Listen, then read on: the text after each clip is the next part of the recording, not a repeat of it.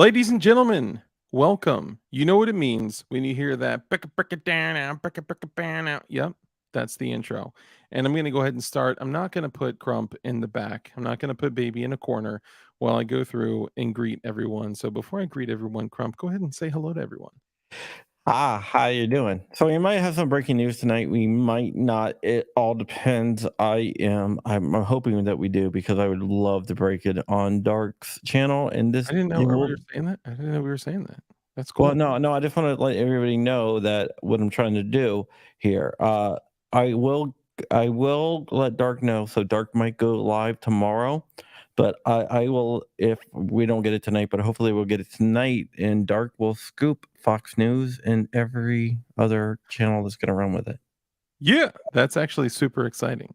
So stay tuned for the whole stream. You might get some news before anyone else does. Appreciate that. And what is the just so we know, hey Rich, just so we know, what are they going to hear if the breaking news does come through tonight? There's breaking news. Breaking news! No, there's not breaking news yet. We'll see. There's no breaking news? We'll Not see yet. if it gets... We're waiting. Crump, if there's a breaking news, are we still going to talk to Dark like he's a friend of ours? Rich. I'm going to stop you right here. You Don't know say what anything. the breaking news is. Do not even hint at it whatsoever. Just letting everybody know I can be bought. That's honorable of you, sir. All right, let's go ahead and get started. Do not give Rich money to break the news because I would be think very, very bad. It wouldn't be Super chats. I'm gonna do a live stream after this stream is. Look, it won't be worth the legal fees you have to pay. Okay, so it's not worth it. I will sue your ass. You will be disowned. You'll be kicked off the channel. I would never talk to you again. Dang. All right, hey. Before we get into all this, maybe it was a bad move bringing you guys on before I said hello to everyone.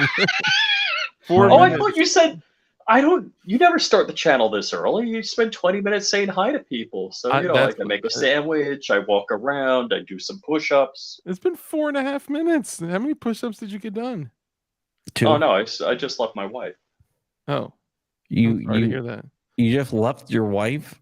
Damn, you just all right. I left the room. Oh, okay. You need to be specific. Where my wife was. Okay. We still cohabitate. I was about to say. Breaking news! Local barely celebrity Flying Rich has left his... I'm just kidding. All right. Let's go ahead and get started. Self-identified journalist Flying Rich. I like that guy, man. Yeah, well, apparently he holy crap. All right, so let's go ahead and greet all of our... Just meet Rich. Go ahead, Dark. Sorry. That's all right. Let's go ahead and greet all of our channel members. So first in chat tonight was Dang Old Matt. Brother, congratulations for being first. That means you were literally sitting there waiting on my channel. You clicked on stream upcoming and you just sat and waited, which is awesome. So thank you. Congratulations for being first. Dang Old Matt is that the whipped sound? Isn't that the whipped sound? It's actually a crisp high five sound, but you know, it could be like either one. Like right. Rich didn't leave his wife because he's I'm just kidding. I'm joking. All jokes. Please, Harry, don't watch this. All right. So Dingo Matt is also a channel member, and I appreciate your support, brother. And then 717 Rider, brother, I guess his channel membership expired and he didn't even know it. So he is now a channel member again. So thank you. Appreciate you, brother. And I appreciate all the support. You guys are awesome. Mike McClune, also a channel member. Kurt 24, as we know, is a channel member. And as I said, 717, back in the family. Thank you, man. I appreciate you. Toy Town Inc., my man. What's up, brother? Another channel member.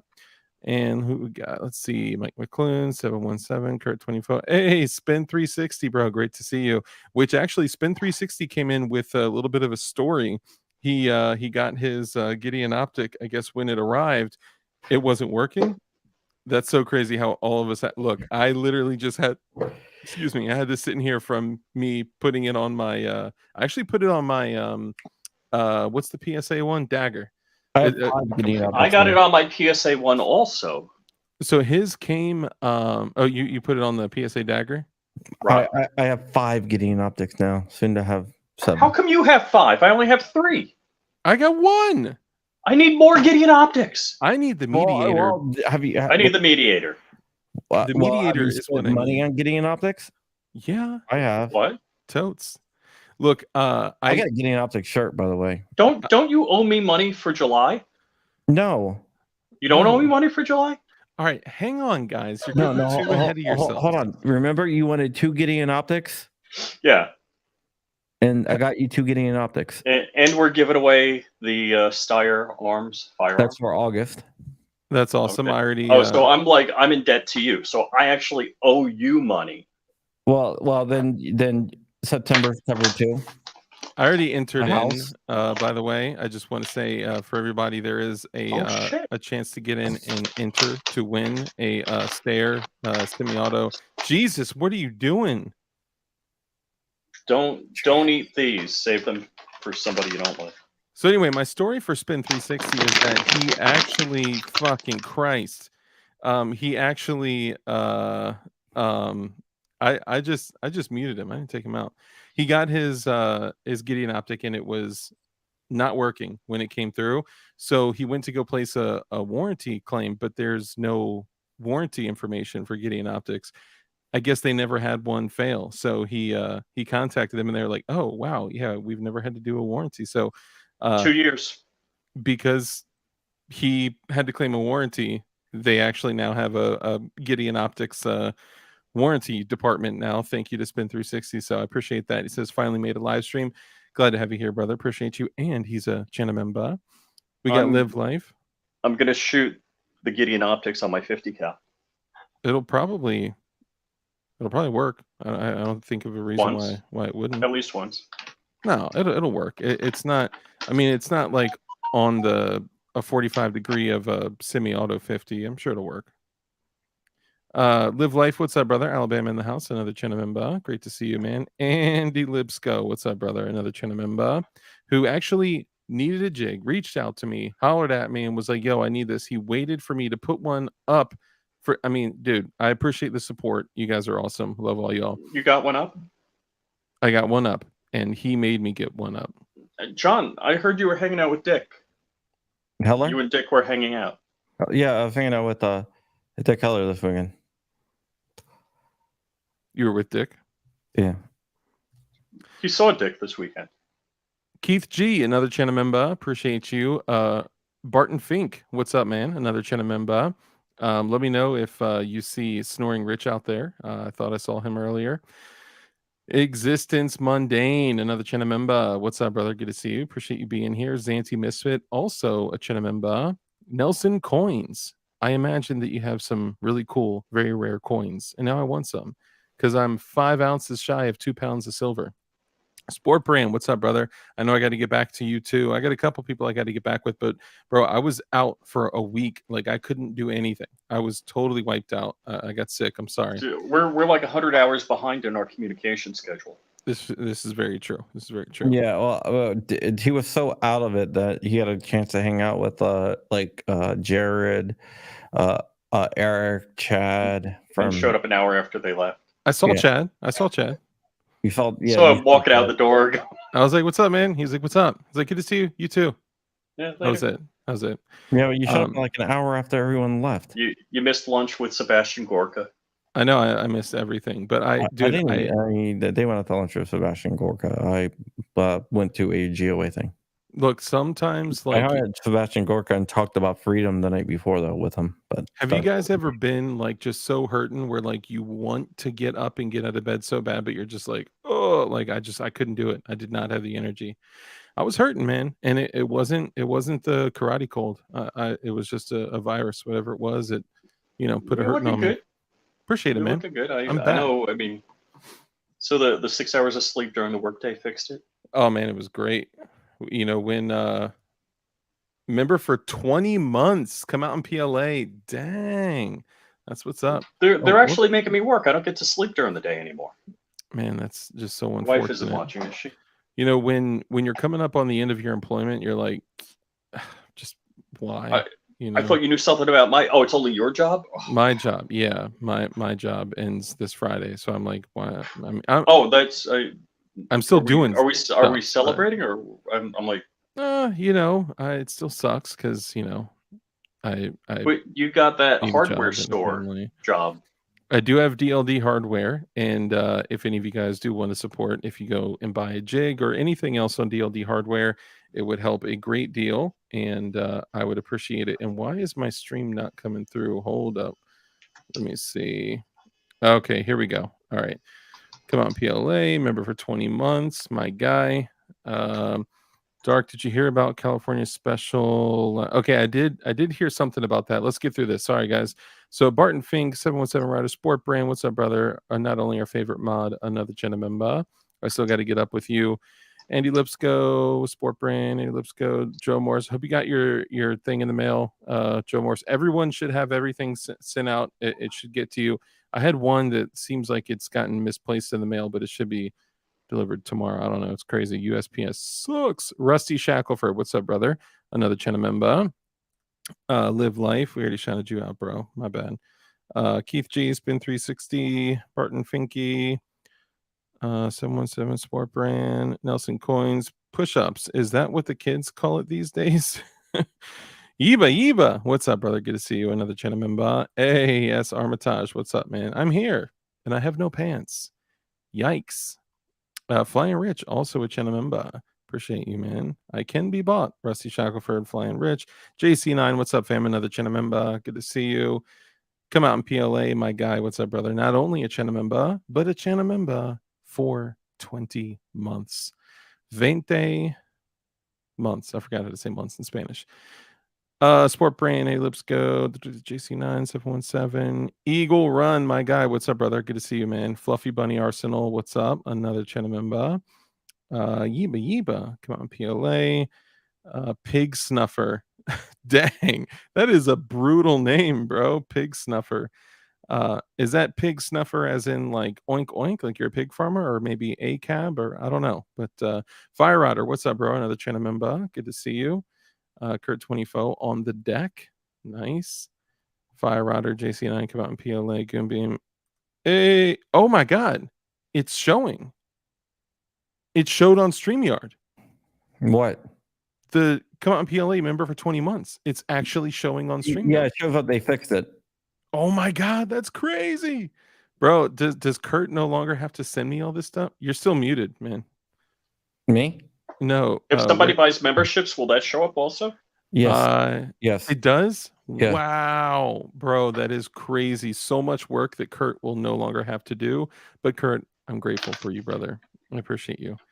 Kurt 24, S Armitage, Barton Fink, Spin 360. Hey, Blade Boy, what's up, man? Good to see you. Hey, yo, been so long. I almost forgot this existed. Dang, that hurts my feelings. That's all right, though. It's great to see you. Let's see. In Kurt 24, I'm retired. Sweet. We got Ron Bear. Big gains. Joe Morris, Johnny Ba. Great to see you. Who else we got? G23. What's up, fam? Great to see you. Hey, you guys talked for the first little bit. A lot of people have been sick lately. That's true, man. It's almost like a virus was intentionally shared with the general public. It's so weird. They wouldn't do that. Now that they're talking about masking again. Mike Hen, Pig Snuffa, Goonbeam, my guy. What's up, brother? Dark, did you read my last text? It's always a memorable handshake with Dick. I did. I don't think you want me to read it out loud, though. Taco Cinda Kit. John Doe. What's up, brother? Good to see you.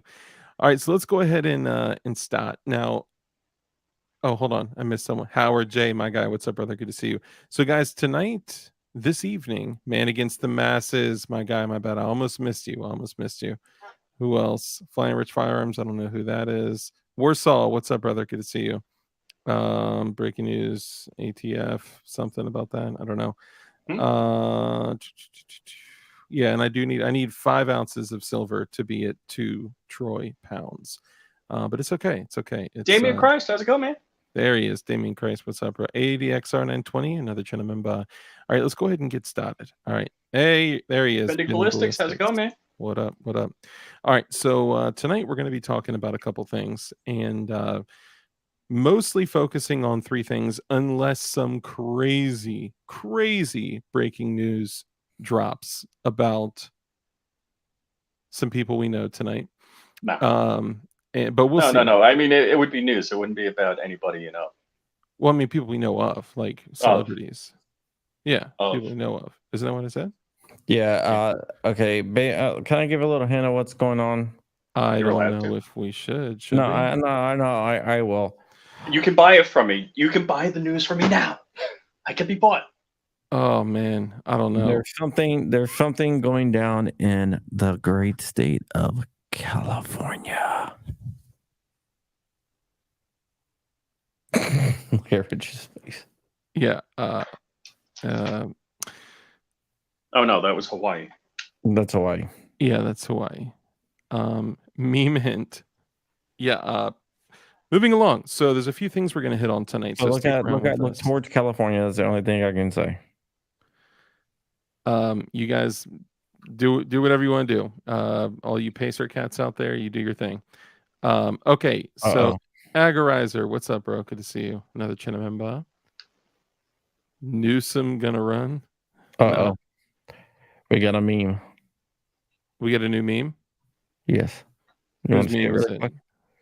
You bust it out before we jump into it. Go ahead and bust it out. Oh, what is that? Looks so unnatural. I gotta look on my phone. What is this? It's Biden sniffing Amy Coney Barrett, and it says "Welcome to the dark side, Amy." Oh, Amy, why'd you do us like that, man? All you had to do was procedural. I mean, freedom. It's not. It. I wouldn't read too much. But still, I'm like, I want to see a calendar the days when the final ATF rule for frames and receivers was in force, wasn't in force, was in force, wasn't in force.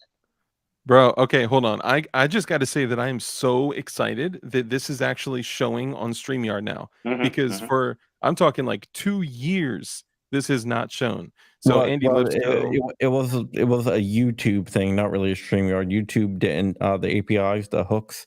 Yeah. It didn't include any of this. And YouTube finally put the hooks in. So nice. YouTube finally did something. Yeah, so I want to say it wasn't a StreamYard problem. It was more on the YouTube side. Yeah, YouTube for API. Sure. Hey, Take America back. What's up, brother? So Andy Lipscomb, member for 8 months, says, Dark, you're the man. That P80 AR jig is just what I needed. Yeah, it's cool, man. No matter what AR lower you need to mill out, as long as it's mil spec, like standard mil spec. A lot of the funky billet ones probably won't fit. But man, for $30, that is the best AR-15 jig that you can get, hands down. It comes with all the bits, comes with just check it out. It's totally worth it. And just be cautious though, because a lot of people have messed up their receivers by going a little too deep, if you know what I'm saying. But yeah, thank you. Look, Andy Lipscomb reached out. He needed something. He was trying to support DLD hardware, and I appreciate you. You are the man. And here we are. Speaking of support, P38 Wilberto with the 556 super chat. Thank you, brother. Larry, Mo, and Curly. I love you guys. So who's Curly? Do you know there were, how many Stooges were there? In the 3 Stooges, do you know how many Stooges there were? Four, right? 5. No, there were 5. There were 5. You're right. I think Name there was 5. Shep, Larry, Mo, Curly, and one left. And Sickly. Sickly. What the hell are you doing? No. I don't know. Dude, I was born Curly Joe. Curly Joe. Joe. Yeah, I was about to say Joe. No. So it's Larry, Mo, Curly, Shemp, and Curly Joe. I think you guys are confusing our viewers with someone who actually cares about any of that. I mean, I'm just. You know. I know Damien Christ does because he got the 5. Sport Brand, I'm disappointed. Yeah. Well, he was close though. He was close. And horseshoes and hand grenades, right? Wait. Take back Israel. Wait. Take back America. It says 3 guys, 1 a Jew. Who converted?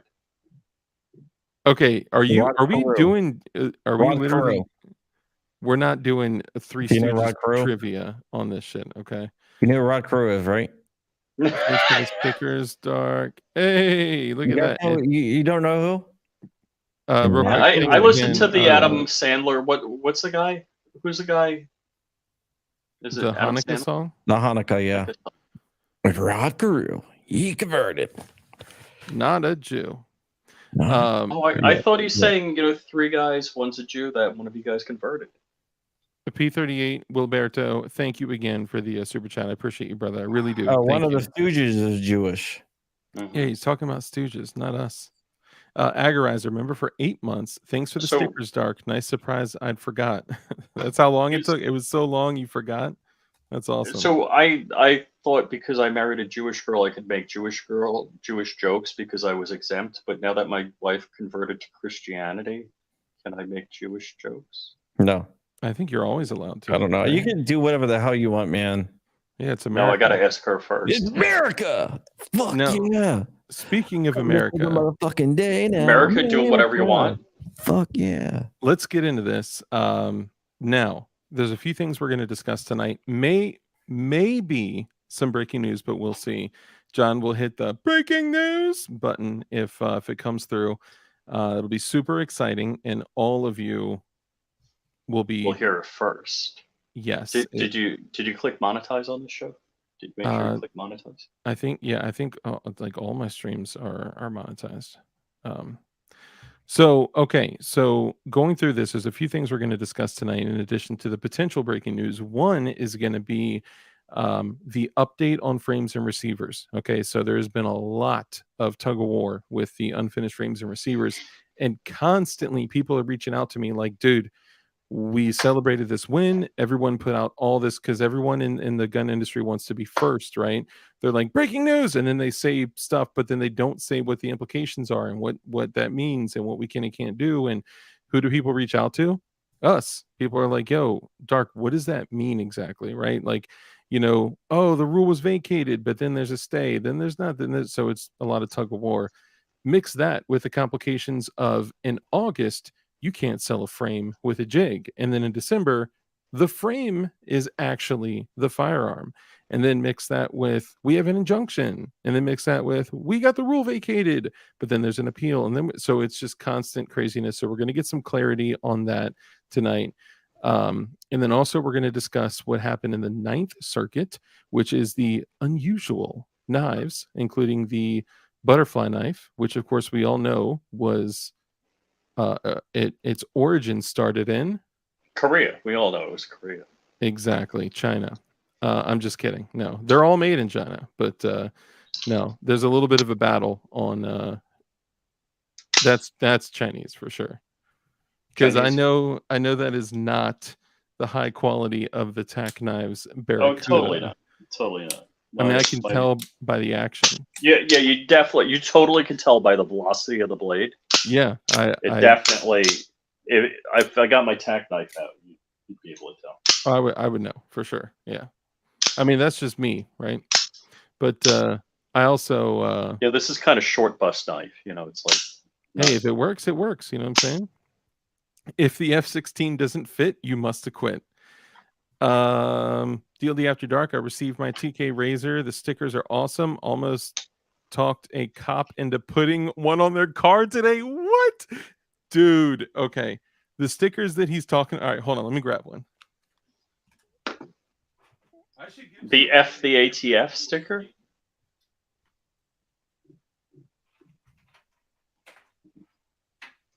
F-16 hourly operating. OJ Simpson. Oh, F-16 is a bargain. It's only $7,000 per flight hour.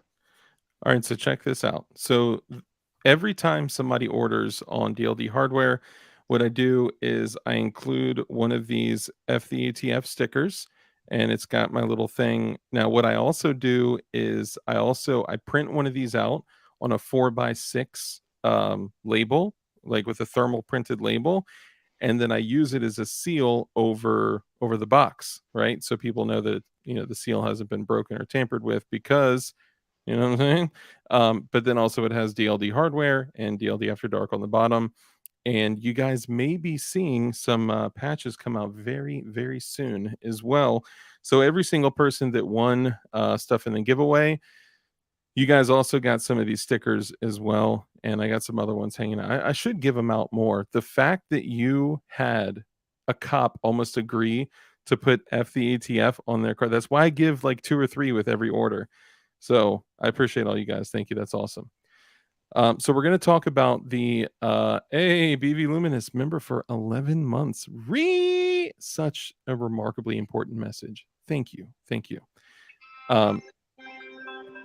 Is that the news? That's not the news.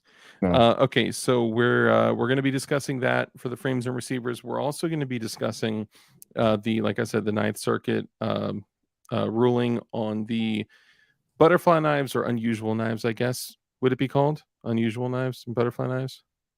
Or was it specifically butterfly knives? It was a butterfly knives. The ban was for butterfly knives. It was a named ban for butterfly knives. Gotcha. Okay. And also, we're probably going to be jumping in as well to some of the things that you guys may have seen regarding FFLs. Crump dropped a hell of an article on AmmoLand. So we're probably going to be going over. It's getting a lot of play. It has like 250,000 reads so far. Nice, man. Hell yeah. Yeah, you got a large readership for that. Wesley Foster, what's up, brother? Taco Syndicate, great to see you. And people don't. But I have two different audiences. I have my reading audience, and I have my. I'm not playing Call of Duty. I'm working on something. I have my reading audience, and I have my YouTube audience. Trust me, just wait to see what may be coming up in Yeah, my reading audience is astronomically, like, I probably have about 1 million readers and 45,000 YouTube followers. So you guys might know me from YouTube, but my writing is actually where my biggest audience is. So let me touch on this real quick. Blade Boy asks a good question. Blade Boy SFV, appreciate the remark. So question, how come the bridge frame, but not the regular P80 was available in California after the injunction passed? Shouldn't that have made both okay? So some companies are starting to sell polymer 80 bridge frames in California. Can I answer the question about why the regular are not? Sure. But they're specifically banned by California law. The rule that was challenged only dealt with the rule, didn't deal with California law. You would have to do another lawsuit to challenge that. Specifically in California, because it's the state law. It's the state law, yeah. Now, here's the thing. There are some people that are saying, because July 1st of last year, of 22, Gavin Newsom said, okay, we're just going to abide by the federal law, which at the time said all frames, jigs, everything has to be separate. And then remember, they came back, they changed the rule in December and said, actually, the unfinished frames by themselves are firearms, which of course, according to the Gun Control Act of 1968, is completely preposterous. It fits no definition of their own definitions of what a firearm is, or a firearm frame or receiver. So that's why it's called an unfinished frame or receiver, because you need to do drilling and milling and fitting and finishing and all that shit by yourself on your own, right? Also the roster piece of it too. I don't even know about all that, but getting into the only part I know of, which is Gavin Newsom, July 1st, kind of pulled the wool over everyone's eyes, because they were like, oh, FFLs, we're going to let you guys serialize them and then run background checks. We're going to set up this system so you can do background checks on unfinished frames and receivers as long as they're serialized, right? Well, they lied. They didn't set up the system. They never did. They still haven't. And then they said, we're just going to follow the federal law. So it's currently right now in California, it says they're going to abide by the federal law. Well, if that was the case, then they would be abiding by what is currently effective, which is the injunction. So that's why a lot of companies in California are saying, okay, then we're going to play it a little safe and just do bridge frames. But they believe that they are lawfully allowed to sell unfinished frames and receivers in California based on this error that Blabbin Gavin has made. What are your thoughts on that, Crump? Oh, sorry, I wasn't listening. Perfect. No, I think in California it's a beast itself, right? So would you want to be the test case? That is the big question. Yeah, And as we have seen, the process is the punishment. So are you even if you prepared win in to the litigate end, that? you're still going to. So, okay. So how is the bridge frame different if P80 was sold without a jig or tools? The bridge frame is different because in California, from what I understand, and I am not a lawyer and I do not reside in California, but from what I understand, and then we'll move on because we're kind of on the topic of unfinished frames and receivers anyway. We'll move on after this. Is you can actually still purchase an 80% AR-15 unfinished frame and receiver in California as it sits now, from what I understand, because of the level of difficulty, right? Because of how difficult and challenging it is. So Polymer 80 coming back and saying, okay, we're going to fill up the the trigger housing area. We're going to add, all this shit to where Three Stooges. That's great. That's beautiful. Let me guess, Man Against the Masses did that? Oh, totally. Yeah. Thank you, Man Against the Masses. So they're making it more complicated by dropping all the waffle shit in the trigger housing. They dropped the little nubs inside the front LBRS area, and then you also have an additional front hole to drill in the LBRS because Polymer 80 forgot to drill that one. But hey, I'm thankful for it because I'm selling LBRS jigs. If anybody has to do a bridge frame, then you need to order one of my jigs from DLD Hardware. I'm just saying. ADXR920 member for 15 months says Benitez finally releasing his decision tonight? ? I actually don't know. Oh, okay, interesting. There's a law in California passed a few years back that prevent precursors. Can't buy them anymore legally. That's what I said. That's what you said? I said California law. I think maybe he's responding to what I said about 80% AR lowers being lawful or not. Okay, sorry, I wasn't paying attention, but no, but that's what I was talking about, the precursor. Yeah, all I know is that people are currently selling. Yeah, I don't want to be the test case. Yeah, sorry, I'm just reading. So if they're selling them, that's great for them. But I would if I was in California, I would buy them only in the cash behind the Walmart. Yeah, I probably wouldn't do that. Are you advising people to do that? Is that sound legal advice, Mr. Crow? No, don't buy them behind the cash. I would advise to be very careful and do what you're going to do, but just know that there might be consequences. Yeah, and as a self-identified member of the press, I'd expect more highly. I like that guy, man. I keep on telling you that he's a pretty cool guy. I've talked to him. I just love the quote. There's two quotes I love. There's I think that quote as a self-proclaimed investigative journalist. I love that quote, and then there's the quote about Dark. That what does can't say I'm familiar. I can't say I'm familiar. Oh my god, tell that story again. That's freaking hilarious. All right, we'll get back to it in a little bit. Let's focus on one thing at a time. All right, so frames and receivers. There's been a lot of now for each individual state laws, rules, regulations, and restrictions. You guys got to do your own homework on that. I'm just talking about from a federal standpoint. What's happened? There's a black van in my driveway. Oh, hold on. No, I'm kidding. Warsaw, you bastard. You guys want to see a wooden Glock work? Sure. I've seen one. I've seen a video of one. All right, probably the one that he sent me. Never mind. It may not be. Go ahead, show it. All right, this is from Warsaw Patriot out there. Good guy.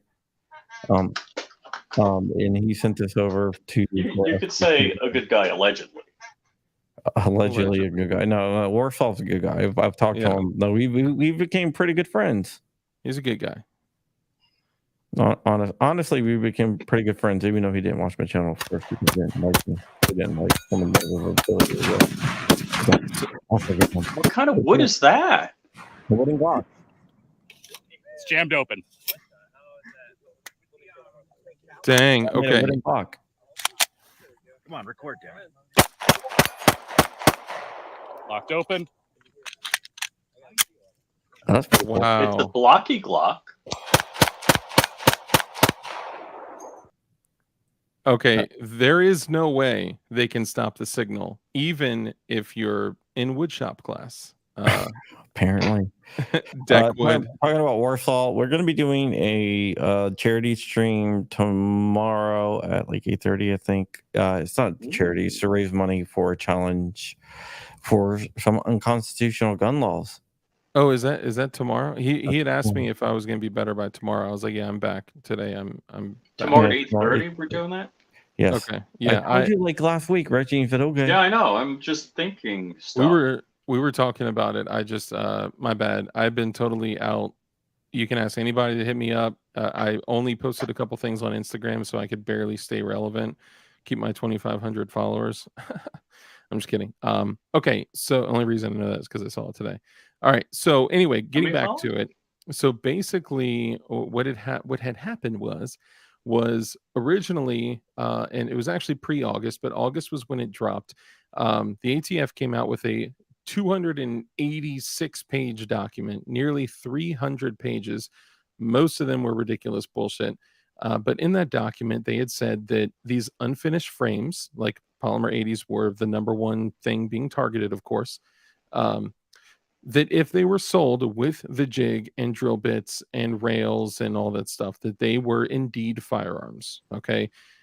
But there was also no way to sell them as firearms, right? Like most places couldn't, set up a system to serialize them and do background checks and 4473s and sell them, whatever.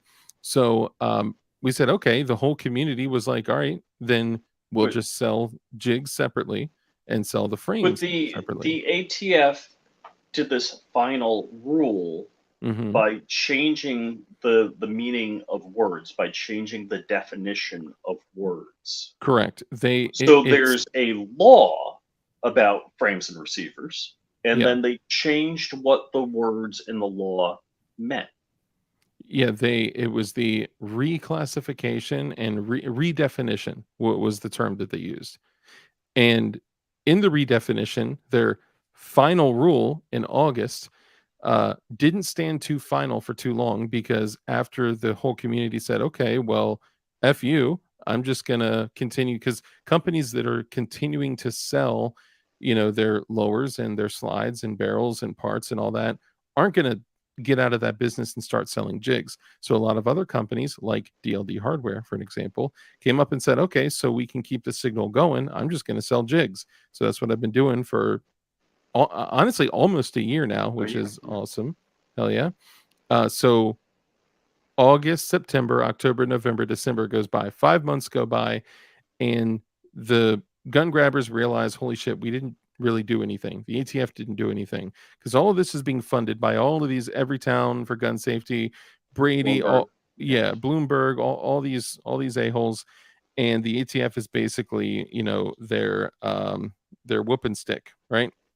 So what happens is they say, okay, because this has made no difference on any of this, Giffords as well, because this has made no difference, we need to change the final rule. So what they did is they amended their final rule again, which, by the way, in the last paragraph said that it could never be amended, even if there was a Supreme Court decision, which is completely illegal. They can't do that. Of course, they said it, but they can't do that. So then they amended their final rule that they said couldn't be amended. And then December 27th, they said, actually, the unfinished frame by itself is a firearm, knowing damn well that it does not fit any of the 1968 Gun Control Act literature or the wording as a firearm or a frame and receiver. That's why it's an unfinished frame and receiver. So through all this going back and forth. During this whole time, AK flats were legal, 80% ARs, AR receivers were legal, 80% 1911s were legal. It's only the P80 that they're going after. They were specifically targeting them. Now, it's always been as clear as mud, right? They're doing that on purpose, because what they had done is they had said, well, AR lowers, you have to have like a machine shop to do something like that, right? You have to have, a considerable setup. Not everyone can do them, but these dang P80s can be done with a drill in 11 minutes. First off, no, it cannot. I've built dozens and dozens and dozens of polymer 80s, and I take hours to finish a frame. Now I'm not like Rich where he's just like snip, snip, snip, snip, snip, right? I like mine to be more pretty. Shout out to Marine Gun Builder, Freedom Crew University, if anybody's looking for like, where do I find a place to get a video on the bridge frame on polymer 80? How would I know how to do this? Go to Freedom Crew University. All you got to do is join the cult. I'm just kidding. Join the party. So during that time, yes, an AR-15, the main thing they said with this though was that, well, an AR-15 lower, you got to buy the jig separately, right? You got to get all the jig tools and all that stuff separately anyway, right? So it really made no sense because their original ruling was it can't be sold. The frame can't be sold with a jig and hardware and all that because that makes it a firearm. It's readily convertible, which again is subjective and bullshit as well. So then they changed it, like I said, in December to say, well, now the unfinished frame by itself is a gun, which is absolutely absurd. So it was challenged in court, and then Polymer 80, which is one of the plaintiffs, Polymer 80, won a temporary injunction. And the reason this is a good sign is because when you're granted an injunction in court, that typically means that the judge, one, believes you're going to suffer irreparable harm, and two, believes that you, in this case, Polymer 80, is going to succeed on the merits of the case. So that's a good sign. And then they ended up winning the injunction. And then in the injunction, it specifically states that Polymer 80 and all of their dealers, distributors, purchasers, clients, end users, people, they can, everyone is allowed to buy, sell, and convert them or, build them, right? And then the rule is vacated, right? Oh, where'd you go? I saw him hit the button. He dropped out. I'm not sure why. It seems the most rarely convertible item in all of this is the final rule. Yes. Hey, Paul Bald, good to see you, bro. Too many choices. What up? Good to see you. So yeah, so that's what they keep converting is the final rule. They keep changing it constantly. Oh, I think there's a. Oh, was that from you? What? Oh, okay. I know what he's doing. Okay. I don't know. Yeah. But whatever. So yeah, so basically, sorry, there's a little distraction there, guys. My bad. So then after that, the rule was vacated. Yeah, I know. Everyone jumped in and Lego AR-15. Yeah, there's a story behind that. I'll talk to you later about that. There's also a Lego AK-47, but that caused some problems in the state of New York, if you guys remember that. Yep. Yeah, I was like, what the hell is that? Love okay, so then the rule was vacated, and of course everyone wants to jump in and be the first and get their breaking news on YouTube. So we started seeing all over the place, unfinished frames and receivers rule vacated. We won. ATF loses. Yada yada yada. Whatever happened to Lego, man? Yeah, well, last I heard, he got in some trouble for doing stuff publicly that he should not have done. That's all we should probably say about that. I don't know. I actually don't know. I'm gonna guess based on my last conversation with him that he got in some serious trouble. Yeah, he kind of went over the yeah, like publicly. Yeah, yep. Okay, so getting back on topic. Watch Tech Weaponry, the ones who made the PF9 SS G43 rear rail replacements of the P80. I know Rook doesn't, only for double. I'm actually not sure. I don't remember who did. I know that it may be on Glock Store because Lenny was the one that came out with the other version of the Glock 43 option, which always had a jig separate from the frame as well. So you may have to look on there. But I don't know if the rails are compatible on those two. I've actually never built one of their single stack Glocks. I've only done one of the PF9 SSs from Polymer 80, which you'll likely Lego Man is in a cell. Dang. Yeah, probably. I believe that. I 100% believe that. Yikes. Okay, that's why you don't do stuff like that on the internet. Okay, so that's why you also don't threaten schools with mustard gas. Bro, you can't get away with that nowadays. You don't do that. Or to kill cops on Halloween. Oh yeah, we probably shouldn't. Talk about anything. Whatever he did is that's all him.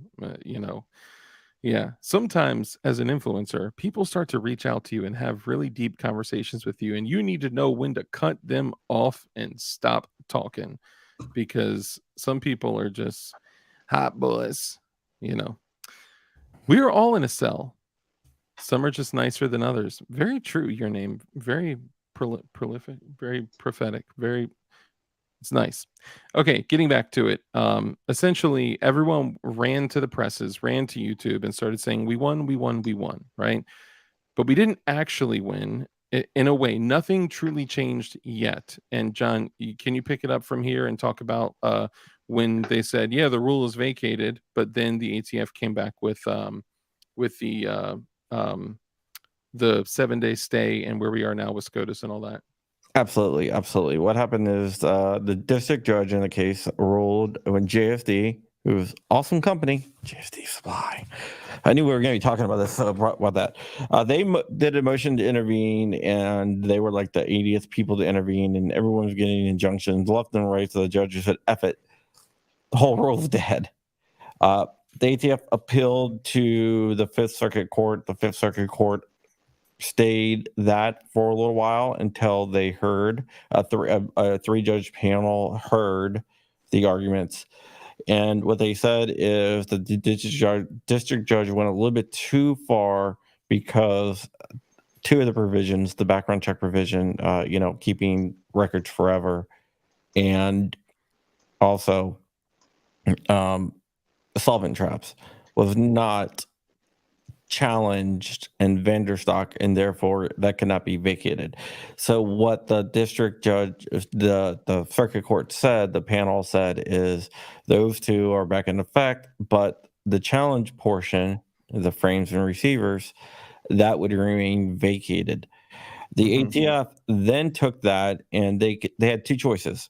They could go to en banc, right, with a full bench would hear it, but the Fifth would have got slaughtered. If you look at the bump stock thing, which was challenging the ATF on the same violations of the EPA, and Michael Collier won that 13-3.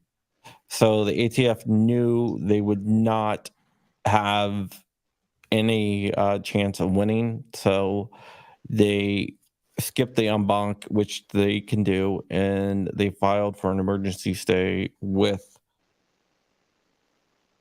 the breaking news is not going to happen tonight. Okay, that's cool. We'll just have to allow it to happen tomorrow. Just make sure that it was okay.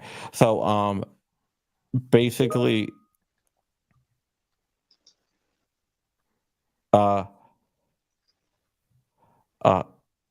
okay, basically, sorry. You're good. I'm getting blown up here. So basically what happened is they asked the Supreme Court to put an emergency stay. Alito oversees the Fifth Circuit. All the judges in the Supreme Court, all the justices, oversee different circuits. This is Alito. Alito put a 7-day stay, whatever, on the vacation of the rule until the Supreme Court could decide whether to uphold it or not. Today they voted, and they voted 5-4 to maintain the stay. For now, they didn't rule on the merits, or they didn't say that the federal government is likely to secede or anything like that. What they did say is they want to give it time to play out and for the circuit court to hear everything. Now, in this situation, though, just for clarity for everyone to know, in this situation, it goes back to the time in which we had an injunction. Yes, right? all the injunctions still stand. Every injunction is still active. So I don't want people to think that any of the injunctions have been lifted. The injunctions are still relevant. Polymer 80s still have the injunction. So does 80% arms, so does defense distributed. And I'm pretty sure we're going to be seeing more coming out in the next week or so. So it is still completely lawful for everyone listening. We got 70 something people in here. It is still completely lawful. Federally, each state is going to have some different laws, rules, and regulations. But from this standpoint, it goes back to the time when we had the injunction.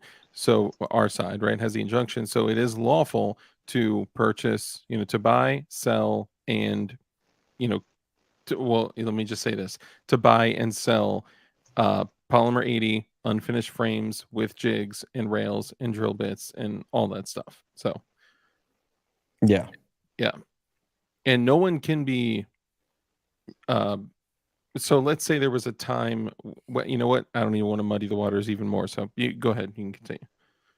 all right.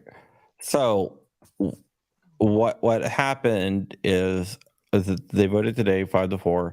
The conservative justices that crossed the line were Amy Coney Barrett and Judge Roberts. Judge Roberts is squishy. ABC, ACB. I was surprised, but she did it for procedural reasons, not on the merits of the case. That is very clear. Alito, Thomas, Gorsuch, and Kavanaugh would have lifted the stay and let the vacation of the rule go into effect. Can we just say how crazy it is that, hey, something original, good to see you. Can we just say how crazy it is that Amy Coney Barrett voted against freedom of building privately manufactured firearms? Well, I don't want to throw her under the bus too much, even though I would like to, but I just said, can you believe it? I'm kind of shocked. She did it for procedural reasons. Okay. So it gets kicked back down. The circuit court will hear the argument and they will decide. So they can vacate the rule again once they hear the arguments. They also said that the government, the ATF, has to file for a writ of certiorari, meaning petition the Supreme Court to hear the case in a timely manner. I thought all you guys were going to do it at the same time.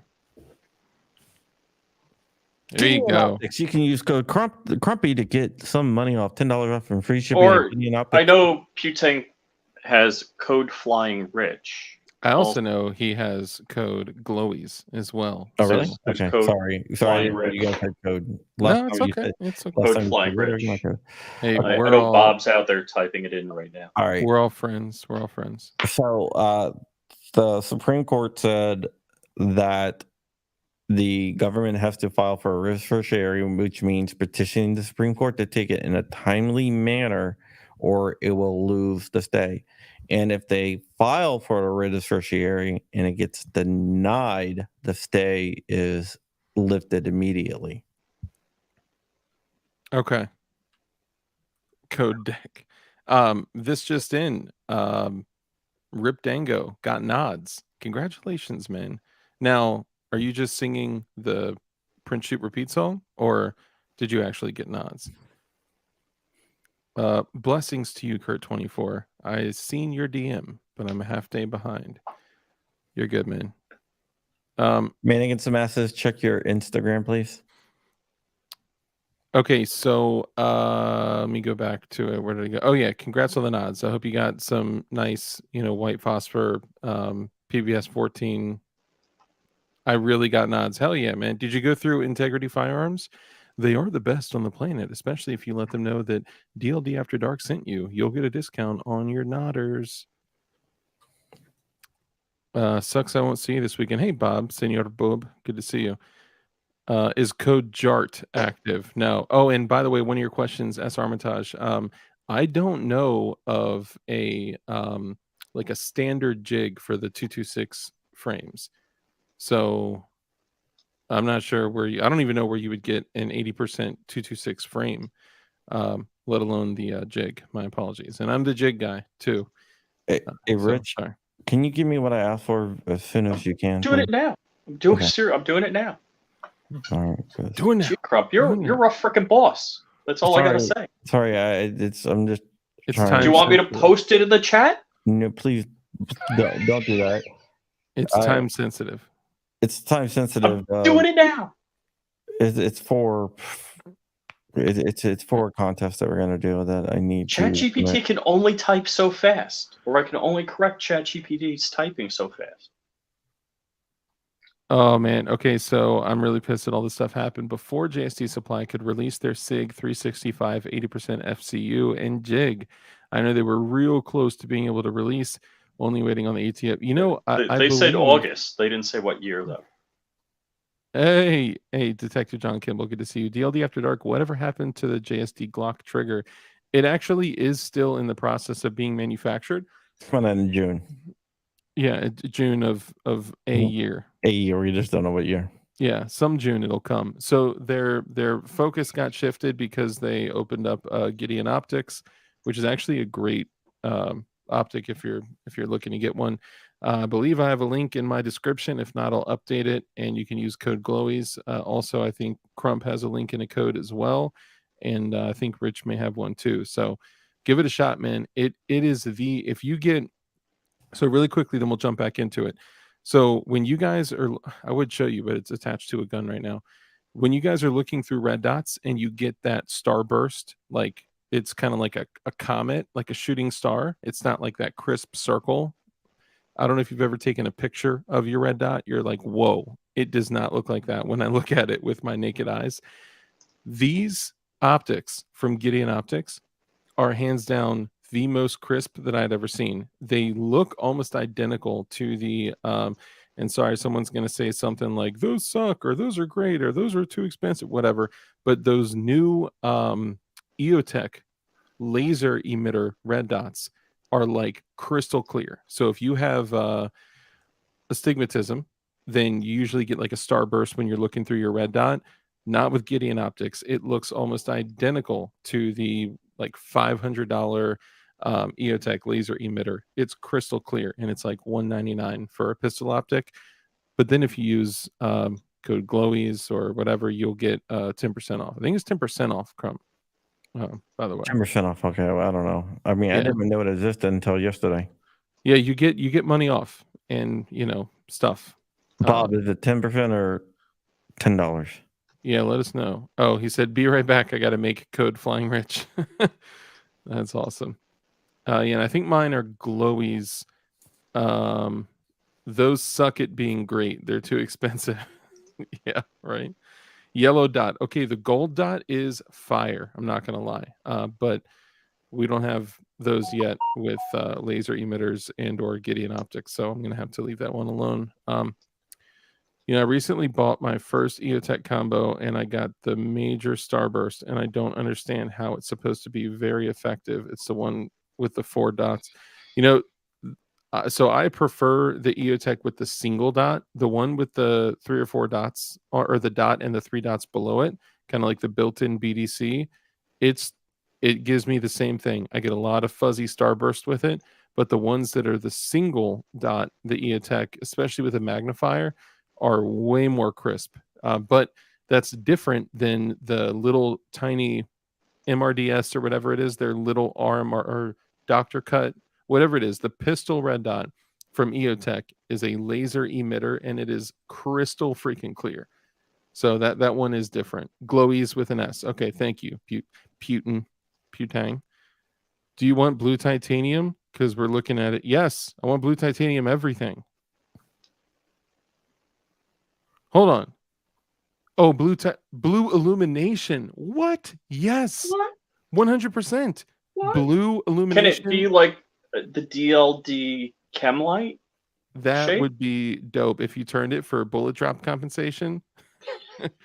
No, bro, straight up, I would take a blue reticle like that, no question. Not just because that's my color. And actually, if you I can't show you guys anything, man. Stupid YouTube rules. He said KBRB. That's awesome. I use the Holosun 503 CUGR Elite and the Sightmark Ultra Shot Plus. Okay, the Sightmark Ultra Shot Plus and Pro Shot Plus are actually pretty dope. Those things are pretty clear as well. Blues for Boys, Safety Harbor Firearms. Great to see you. Before we continue, I do want to say one thing. I got a screenshot sent to me, and it was a shirt. The shirt said, "There are more than two genders!" Exclamation point. And to the right of it said, pick a type, male or female. Moving along. Crump, you left it kind of where we are. So it's still lawful to buy, sell, engage in the business of, and convert, provided that it's lawful in your state to convert unfinished frames and receivers into firearm lowers. Yeah, and I do believe that the circuit court is going to fast track the vendor stock thing, and they're going to come to the same conclusion. The Supreme Court just said they have to look at the merits of the case and decide on that.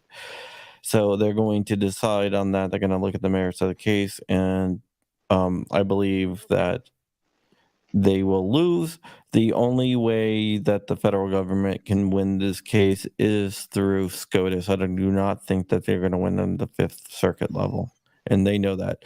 So what will happen is they'll probably go up to the Fifth Circuit, like the panel will decide, and then they will skip the whole entire en banc process because they know that that's dead in the water. Yeah, dead end for them, and then they will go directly and petition SCOTUS, file a writ certiorari in the case. So if this happens, it's not. I wouldn't even call it a defeat. I would call it a setback because it was done on procedural grounds. Comey Barrett and Roberts ruled on procedural grounds and not on the merits of the case. None of the justices considered the merits of the case. It was totally 100% procedural. So this is more of an administrative thing than okay. So I just wanted to get that clear because a lot of people are, hitting, and not just me, right? They're hitting me and a bunch of other influencers up, especially when people that report on 2A News and stuff, and they're like, "Yo, you just dropped this video. What does that mean?" And they're like, I don't know. Well, I wanted 100, like the video I did, 100%. I wanted people to know that this was not anything, that it did not affect the injunctions. Yeah, it needs to be. And I appreciate that you did that because what we should do when we're, and I'm look, you guys know me. DLD After Dark is not the place where you get your 2A news from, right? Now, on occasion, we do talk about things like this. Obviously, it's important to all of us.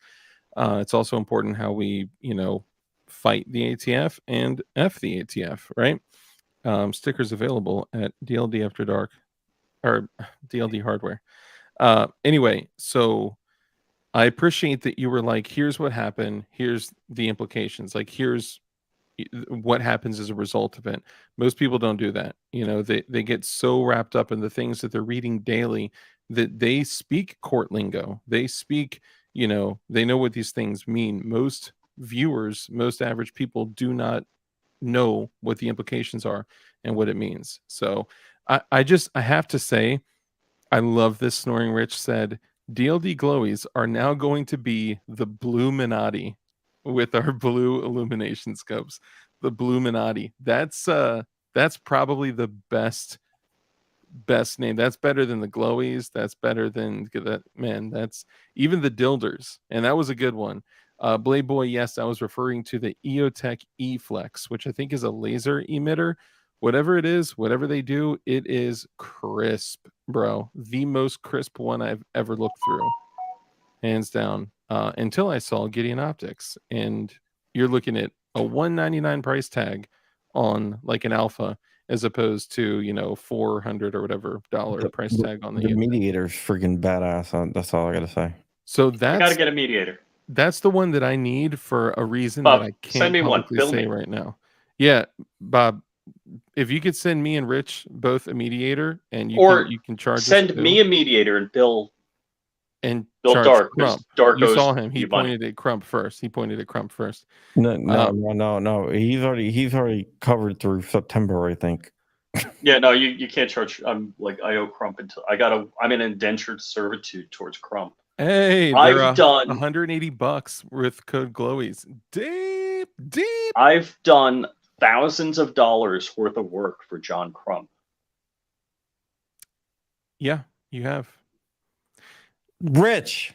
The blooming naughties. What, did you take him out? Yes, I did.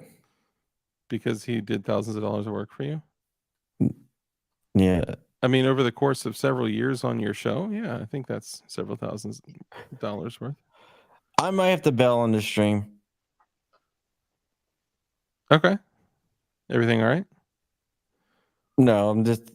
Yep. No. Say no more. So yeah, I might have to. An interesting thing is topic shifting. So I'm not even joking. Okay. Well, if we can't talk about it, if you need to bail, then we definitely can't talk about it. Right? Rich is an intern. He gets no money. That's awesome. So what I need, you guys may see in the future that there may be a DLD, custom DLD pistol. And it is likely going to be a complete pistol that Yagasi or Feds. Yagasi or Feds. I don't know what that means. Rich works for cheap 5.7 ammo. That is true for sure. So the reason I need a mediator is because one of the things I am working on is I'll just come out and say it. I kind of already did. I'm working on a custom DLD handgun that is going to be straight up serialized DLD. You know me, DLD high standard firearm, and it's going to be an acro cut, and I want to make it to the point where it's affordable, and it comes with an acro like optic from the gate. When you buy it, it comes with a light. It comes with a light, an acro cut optic, and all that from the gate. So I need to get one to kind of put some paces, put it through its paces, and kind of see what we can do with it. But it's going to be Gideon's be out at the Oaks. Bob, say code. Tell him I said 180. Nice. Hell yeah. So even if you go to the Oaks gun show and you say code Glowies, it'll be 180. That's dope. Not for the mediator though. The mediator's more. The mediator's what, 229? It's on sale for 229, something like that. I don't know. Yeah, I know the alpha is 199, and I think that's what he's saying. The alpha and the ones that are 199 you can get for 180 with code Glowies. So, okay, now how can you fill me in on the butterfly knife case? Rich, why don't you take this one? So basically in Hawaii, the butterfly knife was illegal. And the Second Amendment protects weapons, not firearms, but weapons. And the butterfly knife is actually Dark is like mad skilled with it. I can't do crap with this, but mad skilled, yeah, mad skilled. It's fun to watch. I can flip a bally. You know what I'm saying? Yeah. DLD 2011 one day. The knife is like very popular in the Philippines, indigenous to Asia. So Hawaii, California would be a higher concentration of them than other areas. But basically, the butterfly knife is now legal in Hawaii. And it's, we talked today on John Crump Live about different weapons and, different arms. So a armor or, bulletproof vest, the modern equivalent, is covered by the Second Amendment. Knives, tasers, batons are all covered. The 80s called. They want their butterfly knife back. That's what Martin Kaminsky said. I mean, yeah, the interesting thing is that they try to take these items and say that they are unusual and dangerous. Now, I don't know if you guys know this, but Hawaii has a terrible track record of being firearm friendly and being 2A, or in 2A in the most general sense, not just firearms. yeah, completely restrictive. Even batons, like a retractable baton, they were totally unlawful. What do you think about the stealth arms platypus, DLD and Flying Rich? I can't think. I'm not familiar right offhand. I got to look at it. Now there was, so side note, there was a Strike Industries FCU that is set to come out that is kind of like a SIG 320 FCU fire control unit that you drop your Glock parts in and then drop it into a Strike Industries unserialized frame. The serialized portion is the fire control unit. So that'd be something pretty cool, but I don't know enough. I haven't actually handled it yet. Slingshots in New York City. That's interesting. I don't know anything about that. Somebody else asked something. Oh, about the subgun design. DLD, I still have an SMG design that isn't licensed by anyone yet. You can have it if you can put it in people's hands. You know what? If it's something that is lawful and semi-auto, then absolutely. Let's spread the signal. But so one thing I haven't really talked about is that when I was young, very young, I was actually arrested. And I was charged. What was I charged with? It was possession of an illegal weapon, and it was a butterfly knife and a little plastic, not even Kydex. I don't even think Kydex was out yet, like a thing yet. It was like a little belt buckle thing that held a butterfly knife in it. And I carried that because I worked at FedEx, and I would just open that thing up and cut boxes and flip it closed and put it back in my belt, and it was a knife I used for work, right? And yeah, I got arrested. Now there was some other stuff around that same time, so whatever. But I mean, this was years and years and years ago, so nothing right now wouldn't be an issue. But Virginia has changed their knife laws a great deal, so now you can actually carry an auto knife. Right back then, you couldn't. These were completely illegal. You could buy them, sell them, you could collect them, you could have them, but you were not allowed to carry them. Well, now that's changed. Balisongs too. When I got arrested with that knife, it was an illegal weapon, basically the same charge as if you had an unregistered NFA item, which is absolutely Are you serious? absurd. Yeah, they didn't charge me with possession of a Scottish dirk or a freaking what do you call it, like a dagger. It was possession of an illegal weapon, which it worked out though, because I think that's why it was dropped, because I got a bomb ass lawyer. But anyway, now I just want to say that, like, somebody's choice of a knife, you know why I carried that knife? Because I got it for $20 and it was easy and convenient to carry, and I didn't know it was illegal, right? Like, these types of things need to be protected for all purposes, for utilitarian purposes, but also, like the attorney that came on your show today, Alan, was talking about all of these things, whether it's firearms, any type of firearm, right? Any type of any type of weapon, knife, yeah, any type of knife, any type of sword, spear, whatever, any type of armor, any tool at all that can be used in the private militia should be completely ungoverned, right? There should be no Illinois requires a FOID card to possess an auto knife. What? That's crazy. Dark, don't feel bad. I got discharging a firearm in city limits. See, that's ridiculous, right? Did you guys notice on the 4473 it changed to say, do you live within city limits? Everyone that I know that not that I know, but that I've seen answer that question, yes or no, has had their 4473 held up. I genuinely don't know, right? And I'm not going to take the time to research it, so I just answer unknown. And mine, I always get delayed for like a half an hour, then it goes through. And every single person that's, oh, let me look it up, and then found if it's in the city limits or not, and answers yes or no. Like, why would they need that information? It's crazy. I answer unknown.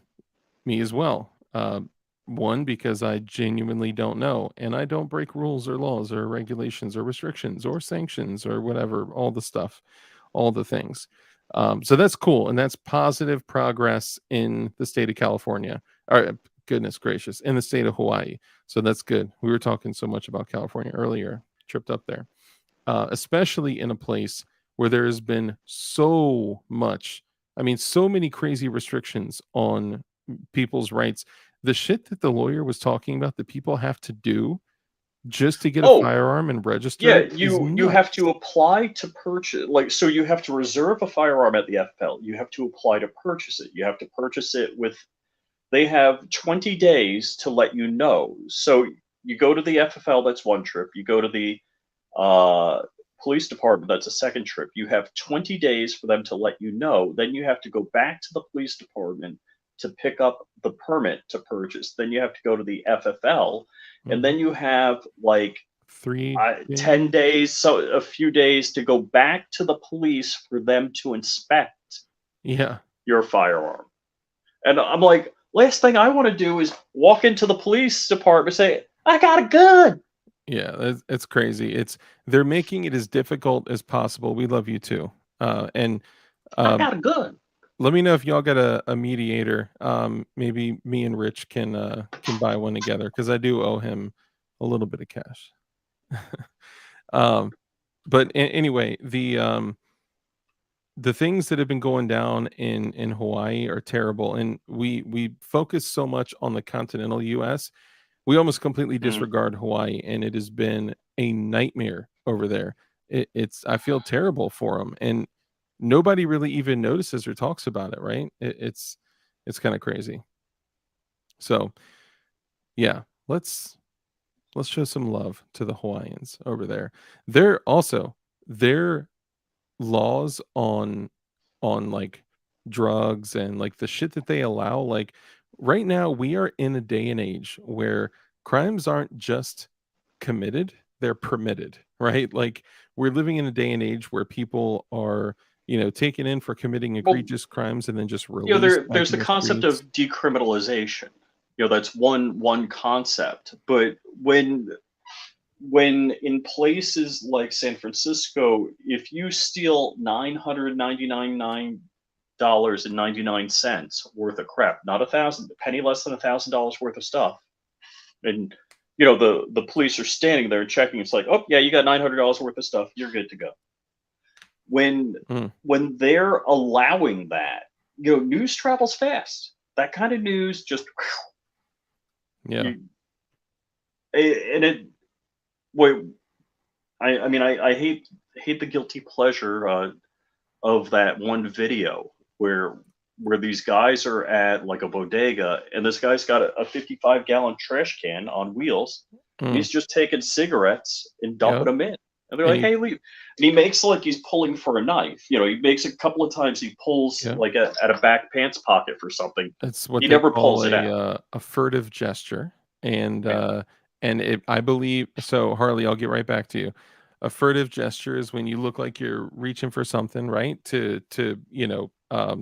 intimidate someone else. And I believe it was a comb, because when he hit that shit with a stick, it was like, psh, it shattered. It totally shattered. So it ended up like, I couldn't clearly see it, but Dark saw it. Like the one guy put him like in an arm lock, and the other guy, not in the most masculine way, but was beating the F out of him with like a broomstick, some long broomstick. And the guy was crying like a little baby. I'm like, he was beating the dog shit out of him. Apparently, nobody let the guy know about the FAFO rule. Yeah. He should have known. In case anyone missed it or needs it today, I love you. If you're here, the world is a better place with you in it. That's awesome, man. Putin, thank you, man. Thanks, Bob. We love you too. Doing okay. We love you too. You are the man. You're awesome. Everyone show him some love for showing some love. John Rice, what's up, brother? Good to see you. Testing, 1, 2, 3. What's up, brother?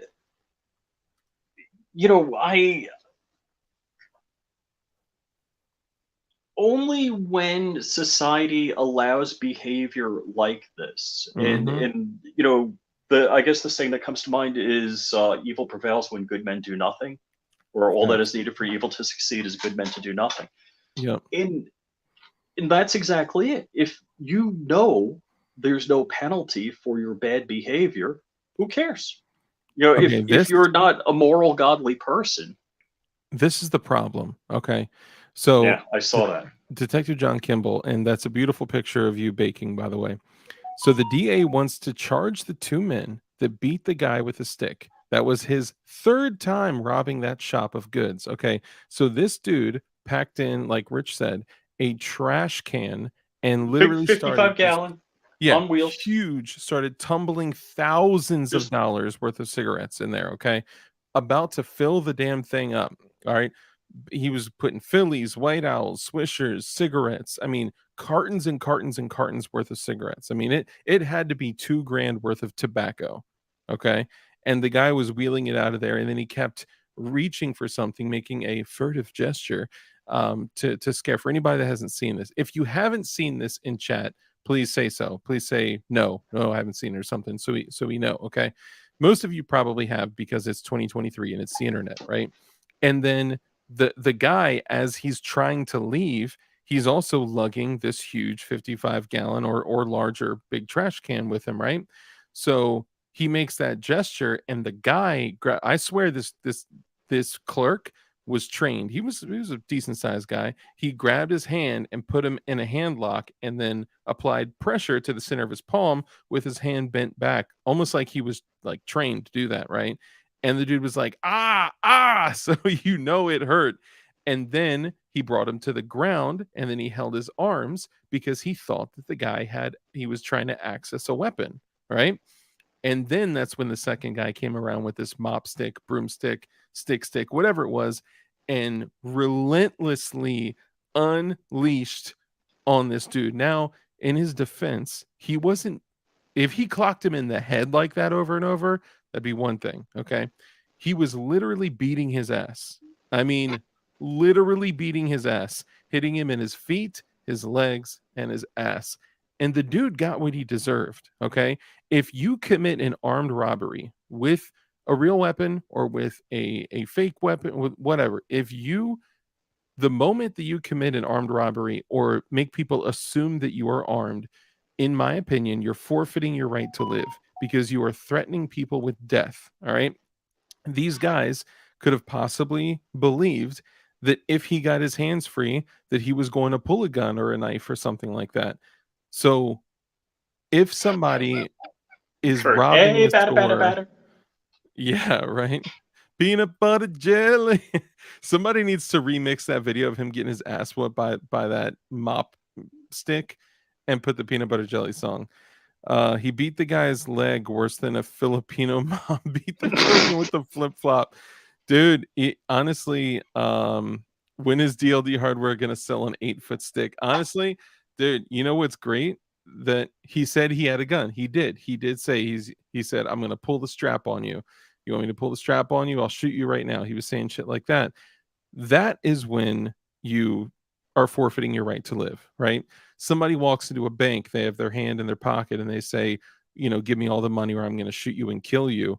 You don't know if they have a gun. It takes a matter of like fractions of seconds to die in the event when you're face to face with somebody that has a gun, right?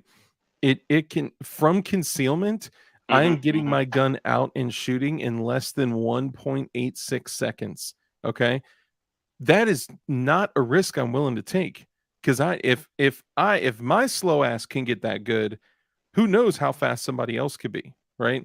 So the reality is that if the moment somebody is committing a felony, and in the commission of committing the felony, threatening people with death, they forfeit their right to live.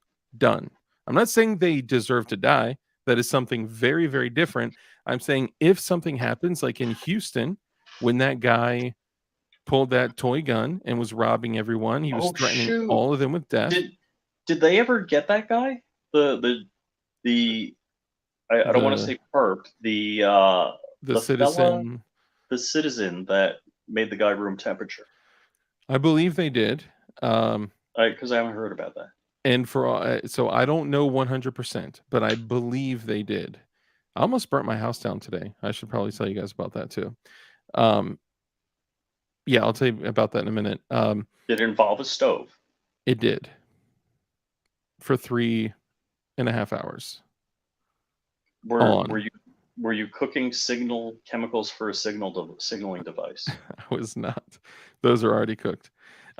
So for all you guys out there that are all about that weird caliber in between 9 and 45, I hope this makes you happy that it appears that gentleman in Houston used a Glock 27, which would be a 40 caliber, because he discharged 9 rounds and then the slide locked back. If he had a 10th, he would have put it in his head, because he was, in my opinion, being very punitive in his shots. And the grip of the gun didn't go past his pinky. So I believe it was a Glock 27. It could be 357 SIG. It could be 40 cal. It could honestly be one of those 22 conversions on a 26 frame. I don't know, right? It could be a Glock 45 GAP, right? I'm just saying it appeared to be a Glock 27. And what's more common, a 26, 27, or the, whatever, those stupid, the 380s that came out? I don't know why anyone would ever get one of those 380s when it's literally the exact same size as the 9. Like, come on. So yeah, for you 40 cal guys out there you go. 40 for the win again.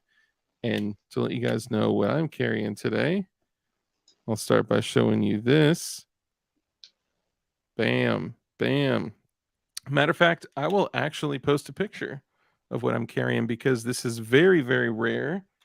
And you guys have actually had front row seats to the evolution of DLD After Dark, right? I've always been a 9mm guy, always, right? And you guys saw me. I came across, Rich, you were there. I came across a Glock 30S in 45 ACP, and it was for sale. It was barely touched, and it was $399.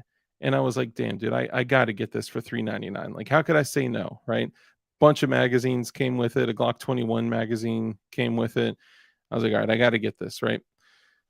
So I ended up getting it, and that kind of brought me back to 45 ACP. So what I did was started including 45 ACP in my typical ammo purchases, and getting some pretty nasty self-defense rounds and whatnot. So that Glock 30S was actually a great purchase. It's an SF frame with an S slide, which is the Glock 36 slide on a Glock 30 SF frame, which is a very, very, very small, compact carry gun that has 11 rounds of 45 ACP in it. It's great. For a 9mm guy, that's a big jump, okay?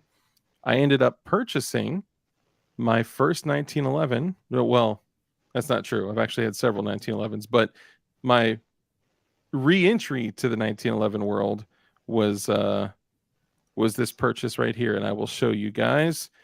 And one of the reasons that I did this was because I had here, download. Are we screwed for now? So people are actually posting in the Polymer 80 subreddit. They have no idea what's going on. So this is why it's important that we were talking about that stuff earlier. Thank you guys. So what I did is I said, you know what? I need to get back in the 1911 game, because I have one of the Galco. This is such a crazy, ridiculous reason, but I was like, man, you know what? I got one of those Galco Miami Classic 2 holsters just chilling, brand new, in that gorgeous brown leather. I need to put it to use, right? So naturally, I found what I wanted, and I found it in this. The Sig Sauer 1911 C3, which I think C3 stands for Compact Carry, something like that. What it is an officer-size grip with a commander-size slide, and they still managed to put 7 rounds in the magazine, so it's not 6+1 like some of the other officer-sized magazines. And then, so you got 8 rounds in there, and I got it paired up with the Microtech Stitch. I just think this thing is beautiful, man. I love it. Before you know, you're going to get a USP 45 TAC variant 1. I don't know. John Doe, how is 10 millimeter recoil compared to 45? Never shot one. 10 mil is a little snappy. 45 is kind of more of a thunk, and 10 mil is kind of more of a snap back, I think. But it's not too far off. It depends on what firearm you're talking about. What do you think, Crump? 10 mil or 45? I like 10 mil, but 45 is a classic. Tis. The 10 mil and 40 is more of a comparison than 10 mil and 45. Yeah, I agree. And I don't like 40, but I do like 10 mil.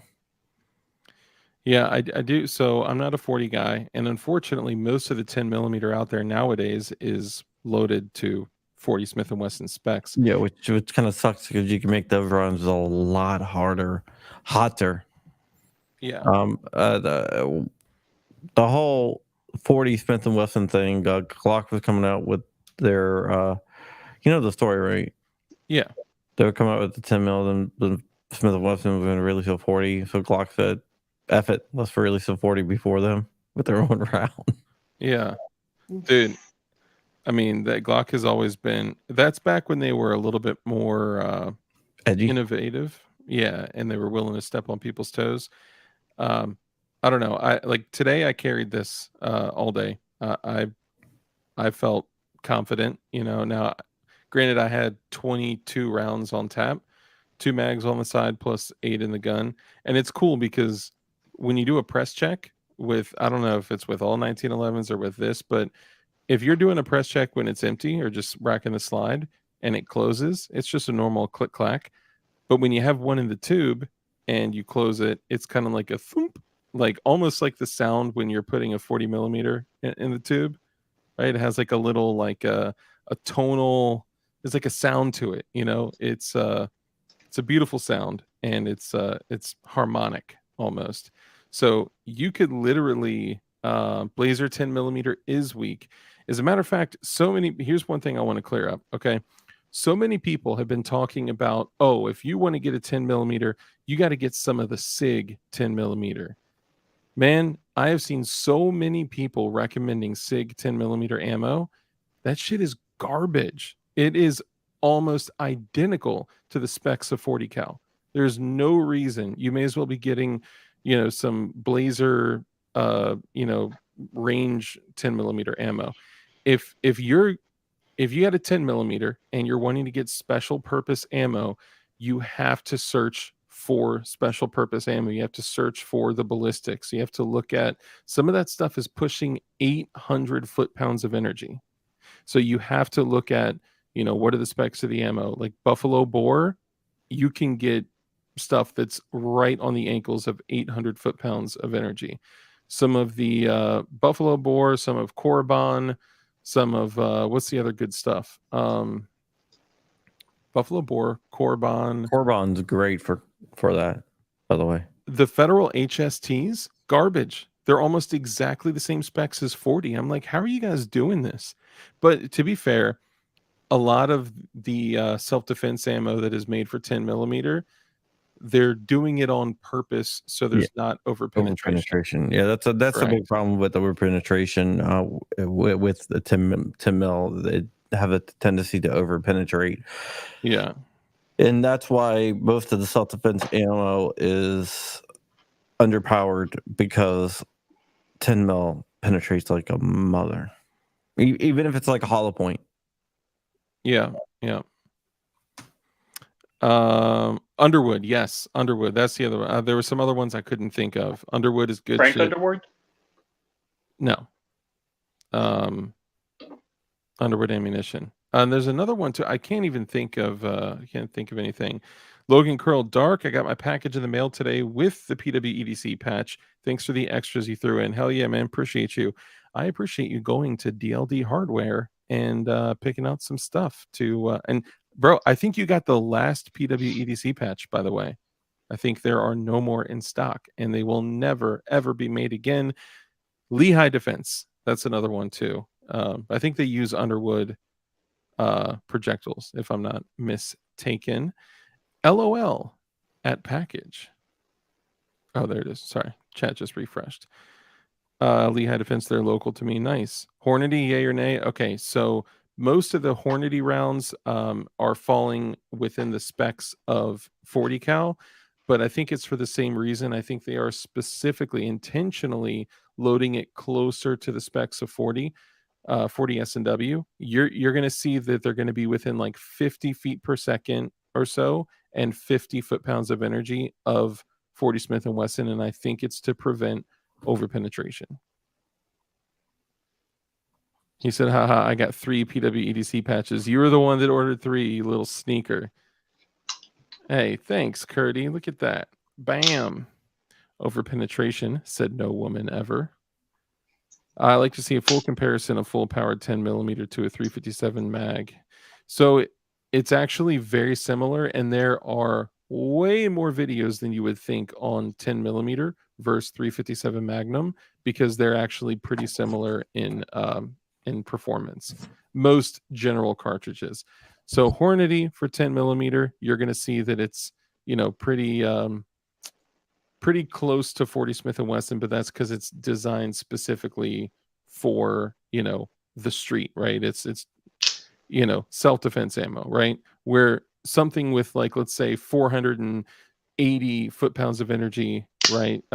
Damn near 40 Smith & Wesson in a 10mm, you could literally go look up some Buffalo Bore 10mm ammo that is like 789 foot-pounds of energy, hard cast lead that are 240 grain projectiles.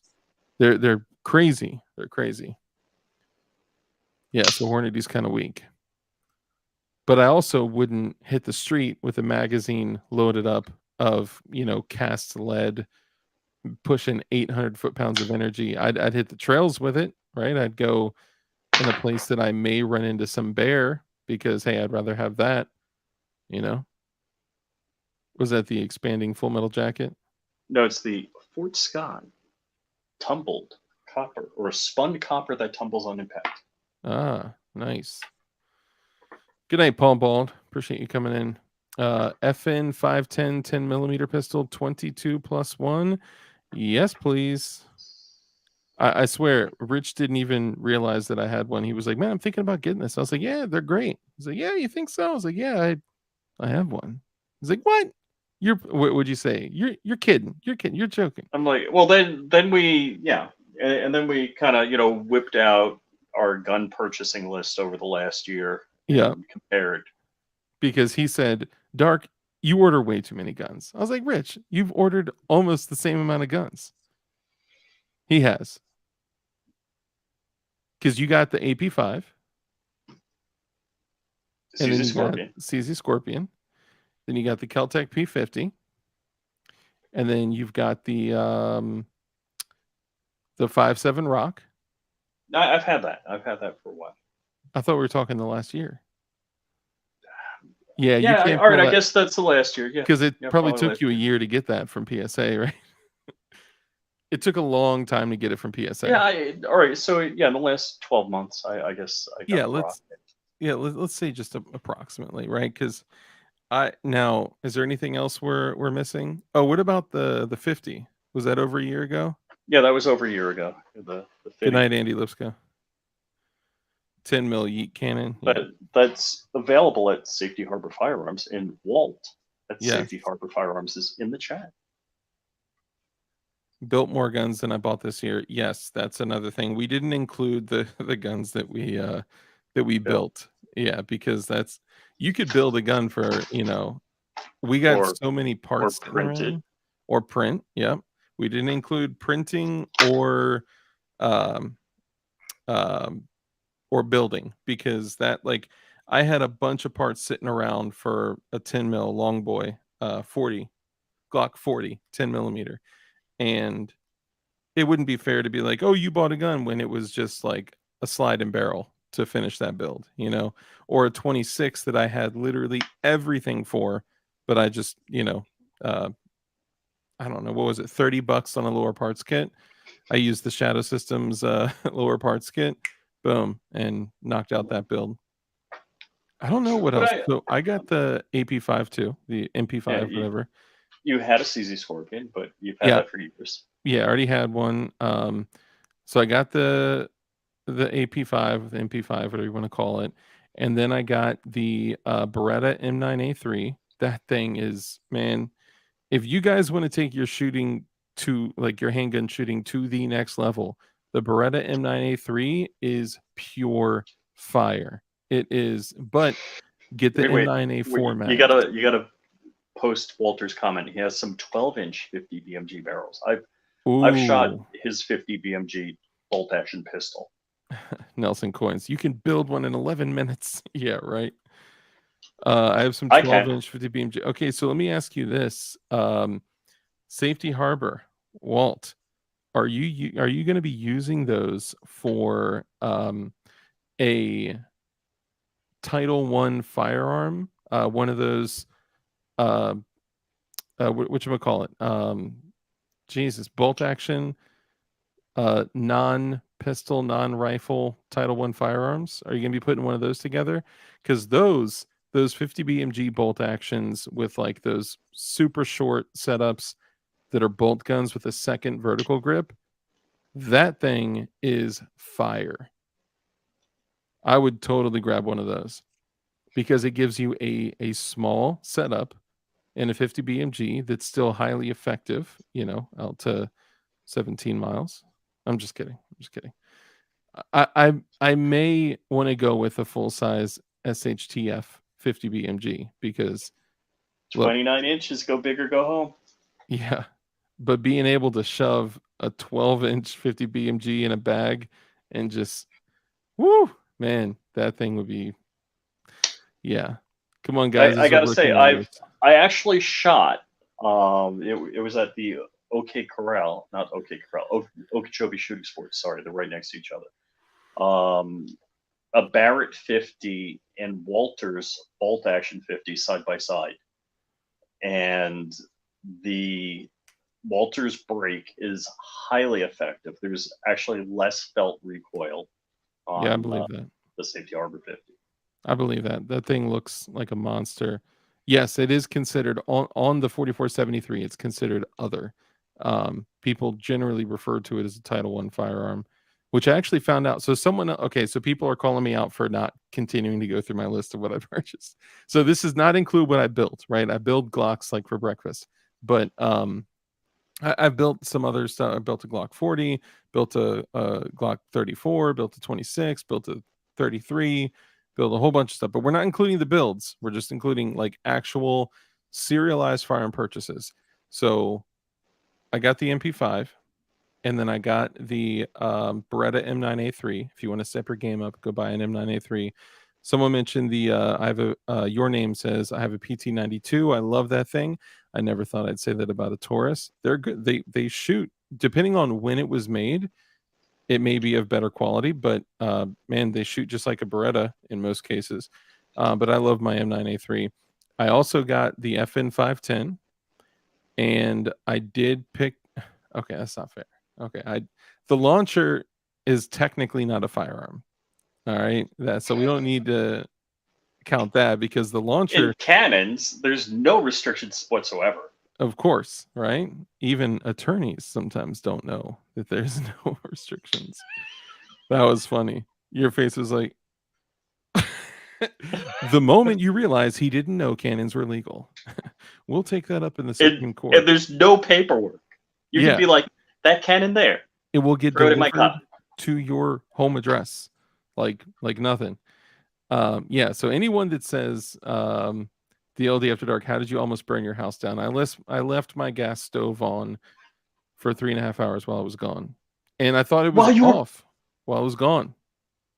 Oh, and did you thank God I just positioned the pan off to the side enough for it not to, because I was in a hurry and I had to get out, and it could have been so was it bad, the man. tornado crap?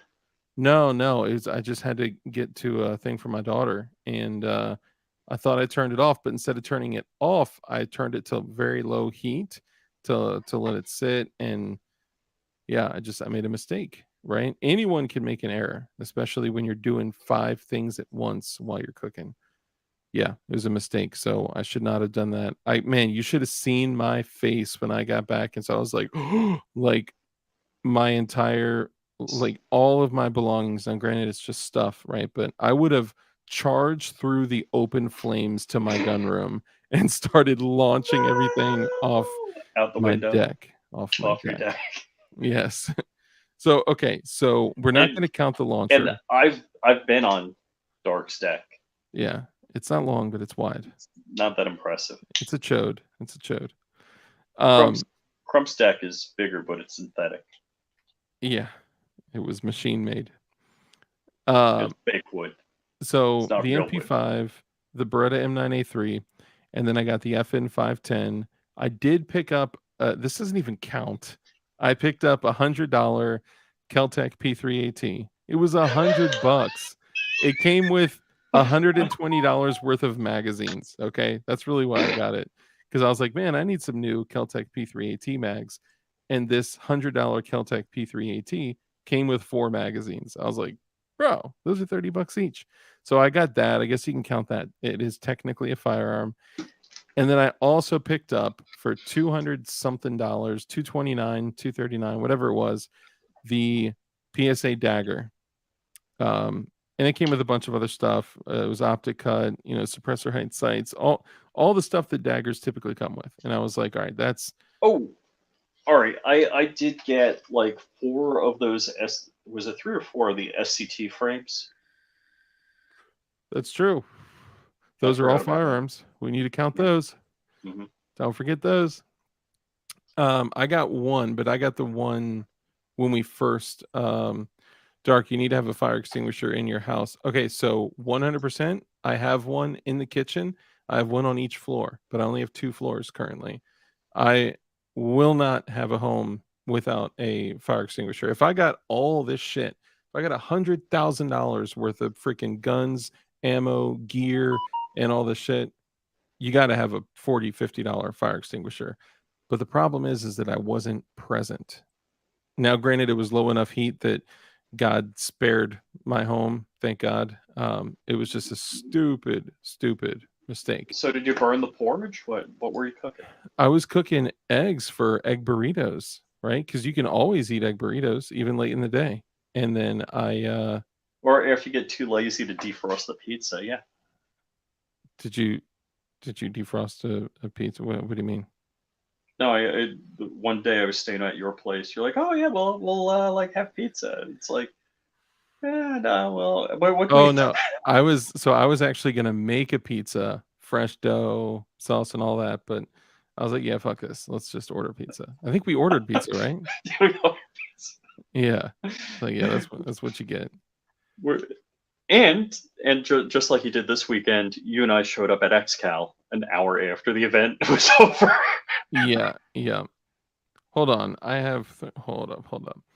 I have 3 stoves, coal and wood, not 1 fire extinguisher, bro. You need to have an extinguisher, man. Sorry. What's up, Grump? One of my UPSs died, so it started making this. It was dying, so it started making this like high. Yes. I just saw UPS. Oh, I gotta send you like a Pi Zero with nut on it because I use nut. What? I need to send John a Pi Zero with nut on it, and I have an Ansible script and another script on there that messages me with, on my phone and my watch if my UPS is going bad. Why would you send him something with your nut on it? And it executes a script that shuts down all of the servers on my network. Your nut is far superior than mine. Mm-hmm. Mine just sits there. Yeah, it's called Network UPS Tool. Not. Oh, okay. Mm-hmm. All right. Not your semen. So John Rice actually said, I used my What are you fire thinking about? extinguisher this week to stop a fire. Good for you, man. Whoa. Nut from his deck. I need a new one now. Well, I'm glad that, there was no fire. Well, that it, I don't know what the story is. So I'm glad that you're here to tell the tale. Should have a notification. Crump, egg burrito with some chorizo and fried potatoes. Very choice. Yeah, dude. There is never a time that you cannot make egg burritos. They were delightful. But I sat there and then I ate them and then I grabbed my shit to go and I left and I went and did some shit for my daughter and family and stuff and then came back and it was like over 3 hours had passed and I came back to a blue flame under the pan. Holy cow, you guys. It was a no bueno. So the pan was melted. So yeah, I did get 4 SCT frames. Power nut. Rich is over here flexing nuts. So what else did I get? I did get the FN 510. I can't. Wait a second. I think Crumb has this beat in one day. Oh yeah, he bought like 22 of those Heritage. No. Well, there was 25 of those, and there's like 5 other guns. You bought 30 guns in a day? Well, I can't remember. It's like between 25 and 30. I think it might have been like either 29 or 31. I can't remember. It was just, I can't remember if it was just over 30 or just under 30, whatever. Dang. Yeah, that's intense. I've built, I got 20 handguns sitting right here, most of them unserialized, and you may see this guy in the background right here. Let me go ahead and pop this up. Sitting with a 10.5-inch Noveske barrel. Ooh. With a Noveske gas tube and a Noveske gas block as well. Oh, that's your, it's over here. I can't touch it. That's the frag your out. Frag out. Yeah. That is my frag out, and I'm gonna get that thing. It's gonna be fire. Need those new SCT color, dude. Well, if Walters go to sleep, I can like turn off my camera, take the 50 down, and put the frag out up behind me. You could if you want to. If you're gonna be like that. Yeah. Just bought a surplus G26 from Atlantic Firearms. The price is just too good on these surplus Glocks. Okay, so we actually, Crump and I have access to a place that's like within a half an hour or so of both of us that is selling. I want to know where PSR was getting the 10 mil trade-ins. That was the Glock 21, the 45. He got it for yeah. All right, but the 45 $299 or something like that. So these Gen 2 Glock 17s are like, what were they, Crump? $318 or $329 or something like that? Yeah. Yeah. I picked up one just for, a second gen Glock, man, you gotta. They were clean too, man. Yeah. Mine did have one spot on the back right to show that it was carried, but not fired much at all. I know where you can get a Glock 20, a Gen 2 10mm trade-in. For how much? $400. $400 right now? Yeah. $419, I believe it was. Grand Life AJ, appreciate it. Okay, hold on. AIM surplus always says cheap trade. Yeah, for sure, dude. The Glock trade-ins are where it's at, and even if you just harvest them for parts and then use the frame to build something else later, like it's it's great to always have them on hand. But for the Gen 2s, I'm gonna hang on to those. My magazine, my Glock 20 10mm magazine, is one of the old pre. Hey, look who it is, man! I get like this feeling in my stomach when I see CRS Firearms comment or like Mike Concho. Great to see you, Sugar Tits. Hope you're doing okay. I didn't think cops carried such small Glocks. They use them as backups. A lot of them that carry 17s and 19s have 26s in their ankles and their vest backups.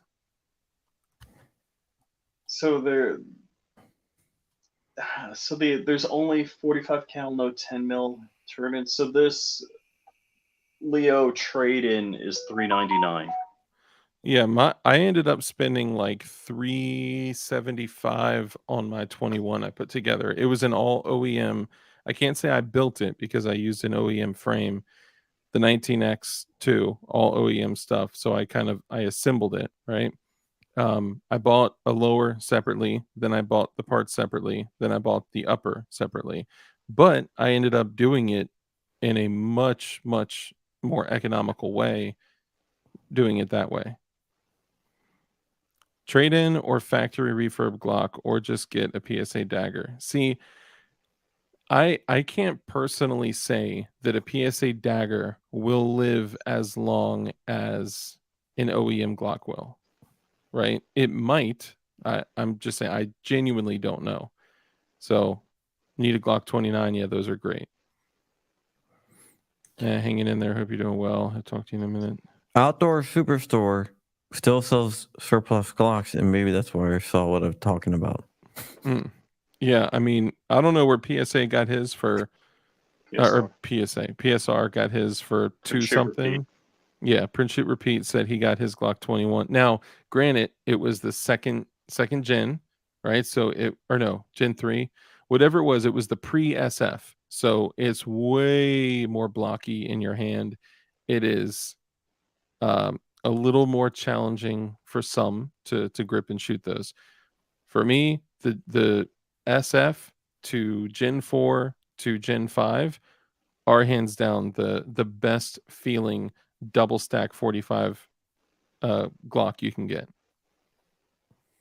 Hands down.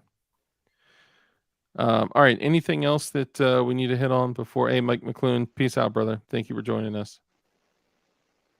Nah, I think I'm gonna crash soon. Yeah, I gotta help my daughter with her computer. Yeah, I'm working on, in the future, I may start going live on more days than just Tuesday, Thursday, Saturday. But moving forward, I'm likely going to be ending streams and actually going to bed around midnight so I can live a normal life and wake up at a normal time. Yeah, the lowest price on a Glock, like a Glock 21 right now, please trade in, is $389. It's still not bad, man, for a gun that's going to last forever. It will last forever. That's in stock too. There's a couple of $359, but they're not in stock. Yeah, Rich, this comment's for you. Oh, dude, I just bought her another laptop because her laptop got stolen when she was in Italy.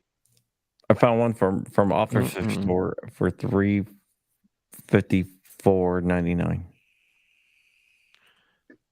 Yeah, that's true. Too many choices. I got grade 2.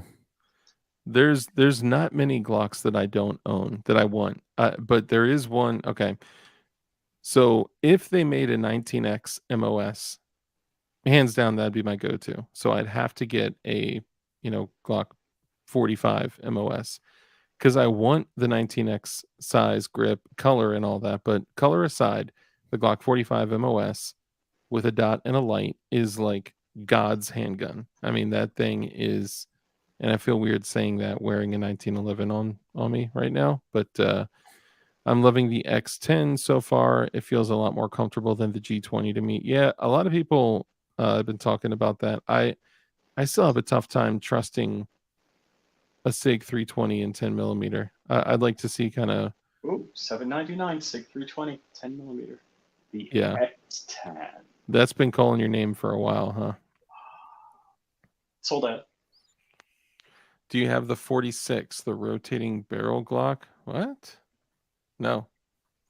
I'm not even familiar. Oh, you didn't tell the I'm not familiar story. Can't say I'm familiar. They imported those.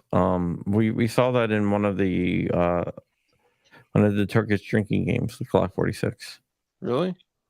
Yeah. I don't even remember that. DLD After Dark, do you want an SSXR 920? The XR 920. The one I want is the what is it? The DRP 920. I'm going to search for the barrel because the barrel. I'm not going to look at that thing. That's going to have to be online. But the barrel is interesting on that. On the Glock 46. Yeah. The one that I was shooting the M9A3 at the range, and then someone came up, crack a damn blue stick sometime. I will, man. I don't have any handy right now, but for you, P38 Wilbur, my guy. All right. I found it. You want to see that stuff? Thank you for the super chat. Yeah, go ahead. All right. Cool. Oh, it's the XR920. The XR920 is a G45. Okay, nice. All right. Check this out. Here, I'll move us a little bit. So the bottom is the Glock 46 barrel. Interesting. Okay. And what are the benefits to this? It rotates. Okay, so it's not a Browning dropping block. So and it has a decocker.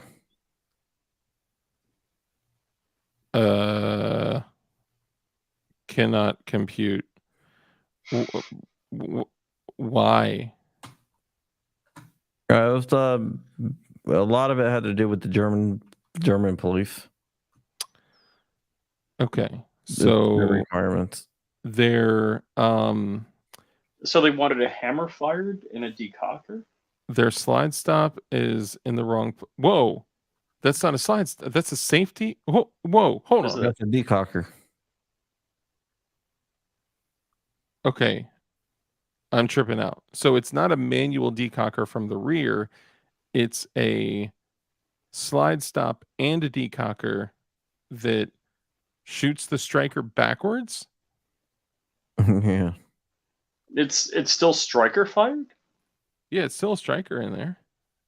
I mean, striker and hammer fired are very similar in some ways, right? Like, well, you got a hammer and, a striker. I mean, you have a hammer hitting a firing pin as opposed to you're putting spring tension, tension and then releasing the firing pin. All right, I got a couple more images to show you guys here. But that's not it doesn't make it hammer fired. It looked like that was just attached to the striker on the rear. I mean, obviously,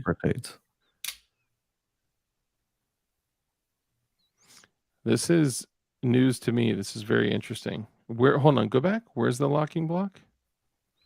There isn't a locking block. Nope. No, because it's a rotating barrel. Whoa. That's how it locks. Kind of the opposite in AR-15 bolt going in and twisting. Yeah, this is they claimed it was more accurate than the normal Glocks at the EU SHOT Show type of event. If the guy because the barrel is locking into the slide instead of the slide having a little bit of float over your barrel. The barrel is locking into the slide. That's trippy. One more for you. Let me find it here. Was this published on April 1st? No, that's the Glock 1911 that came out on April 1st. Yeah. So it's the one on the right. Yeah. Much lower bore axis. Mm-hmm. Interesting. Yeah, and people are asking why didn't they import them? They did. They did import them. So some of these were in the U.S.? They're in the U.S. now. I don't know if they're ever going to sell them or not, but I know for a fact they're in the U.S. because we saw them during the Turkish drinking game. Dang, that's pretty crazy. Along with the Glock rifle. That's a story that's kind of gone cold, huh? Oh, man. Holy crap. Holy moly. There are some. Available for purchase? Yes. Really? Just Googling that now. Don't be scared, Gerald Walker. You can get a SIG. This I will say the price is not for the faint of heart. I'm gonna guess it's $1,500. Yes. Did you look it up or something? No, my hands are down here. I swear. Is it really? Yes. 1573.60. Wow, dude, I was totally joking. I'm back. What am I looking at? You were looking at a Glock built without a locking block with a rotating barrel with a lower bore axis that is completely against everything God intended. for Glock. Yeah, I'm not even sure if they still sell them or not, though. Dude, that's pretty trippy. Grand Life AJ, turns out Glock did something cool. Yeah, right.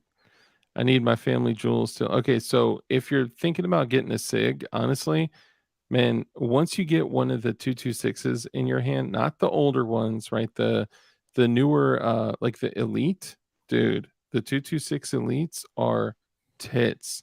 How short the grip is and how like just the distance from the web of your the web of your hand to the trigger.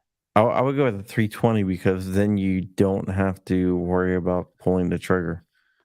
So what people are saying is if they want a SIG, but they're nervous because of a lot of the reports of people, having negligent or whatever, having discharges of their Dude, firearms. I saw one go off on a holster in a video. Yeah, I mean, a lot of people. I don't know. It's hard to say what people are not willing to say to defend that they didn't have a. There's a video of a cop SIG P320 going off in a cop's holster. I'll find it. Wasn't it? Don't play because I don't want to get a strike for copyright. But what didn't people say that it wasn't like all the way inserted in his holster or something like that? I don't know. I mean, I don't think you're gonna get. Yeah, this one is okay. So he's just sitting there. Hold on. Let's see here. People are saying it's the out of battery I'd be worried about. So Oh yeah, dude. No. Well, this is you're not gonna get demonetized if you show this because this is security cam footage from the police station. Okay. Just mute it and show like a brief little look at it. Yeah, and for I'm turn it like in the middle, but yeah, I mean, if somebody claims you on this, it's bullshit because. Dude, I get claimed on everything. Everything. They just hate my channel. Yeah, hold on. Let me just It's all the way in the holster. So would a lot of people? Yeah, you ready to see this? Yeah. Which one? You have no. So look, he bends down. Boom. Wow. Do you see what I'm saying? Wow, that's crazy. Okay. So there, bends down. Is it just me, or did it kind of look like they were all preparing for that? Oh no. No, they weren't preparing for that. So you're talking. It's the cop that's bending down. So he stands up and it just boom. Yeah, that's pretty intense. So okay, so I have taken my SIG 320 that I've built, and one with a serialized FCU, and I've taken a nylon hammer, a 1 pound nylon hammer, and I've actually bang on the back and nothing went off. It was just a primer in there, right? But I was trying to get it to go off and it did not go off. Hit it from the sides, hit it from the back and all that, and it did not go off.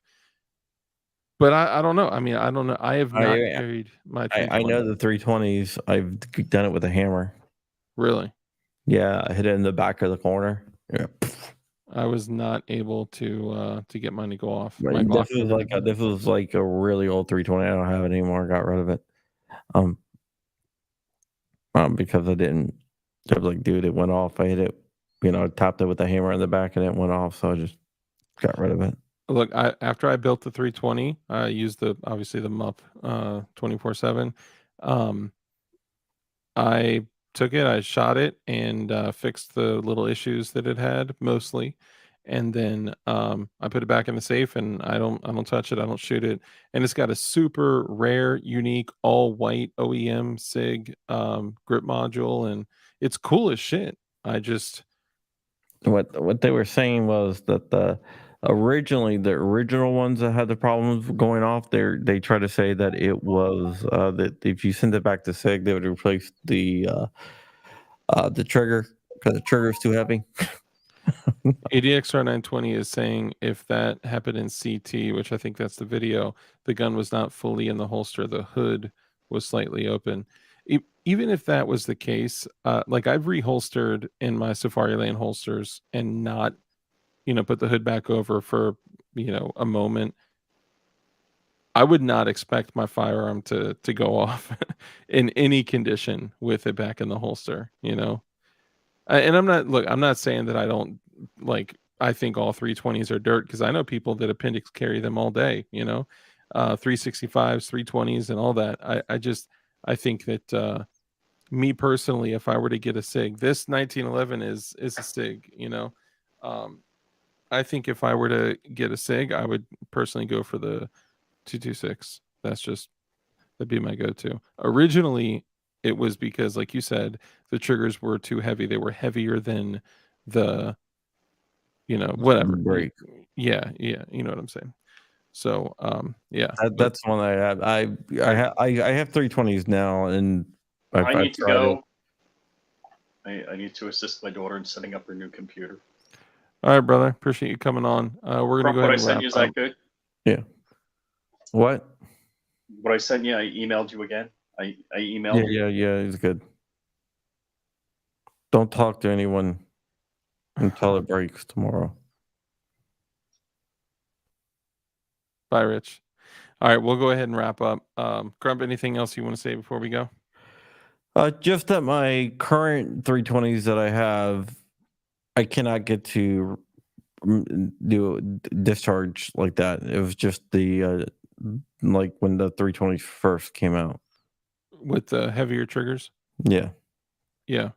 I have not gotten this 320 to go off, but it's just not my go-to. That's all. I mean, if I fell in love with the platform and I just I like it, it's cool, it's just not my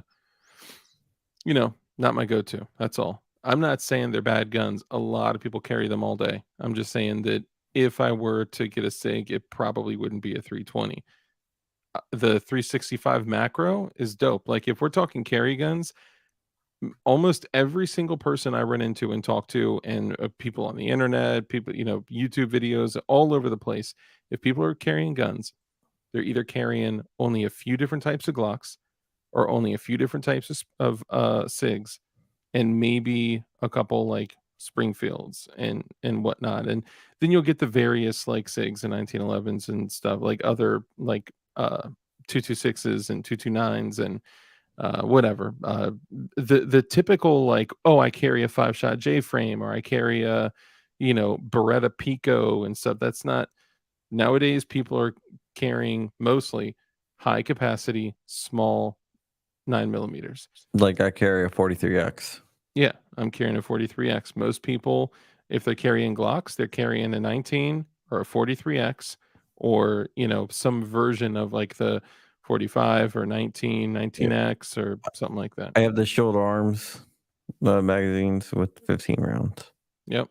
Yeah, I'm typically rocking the same thing. Yes, I am currently rocking a 1911 in a shoulder rig, but even when I'm not rocking this, I got my other shoulder rig for Glock, and I got my I don't even know, I don't think I'm supposed to show this yet, but I got the tuck holster, which they're shutting their site down for a couple weeks to catch up on orders. They got like crazy orders. This is the Supreme Louis Vuitton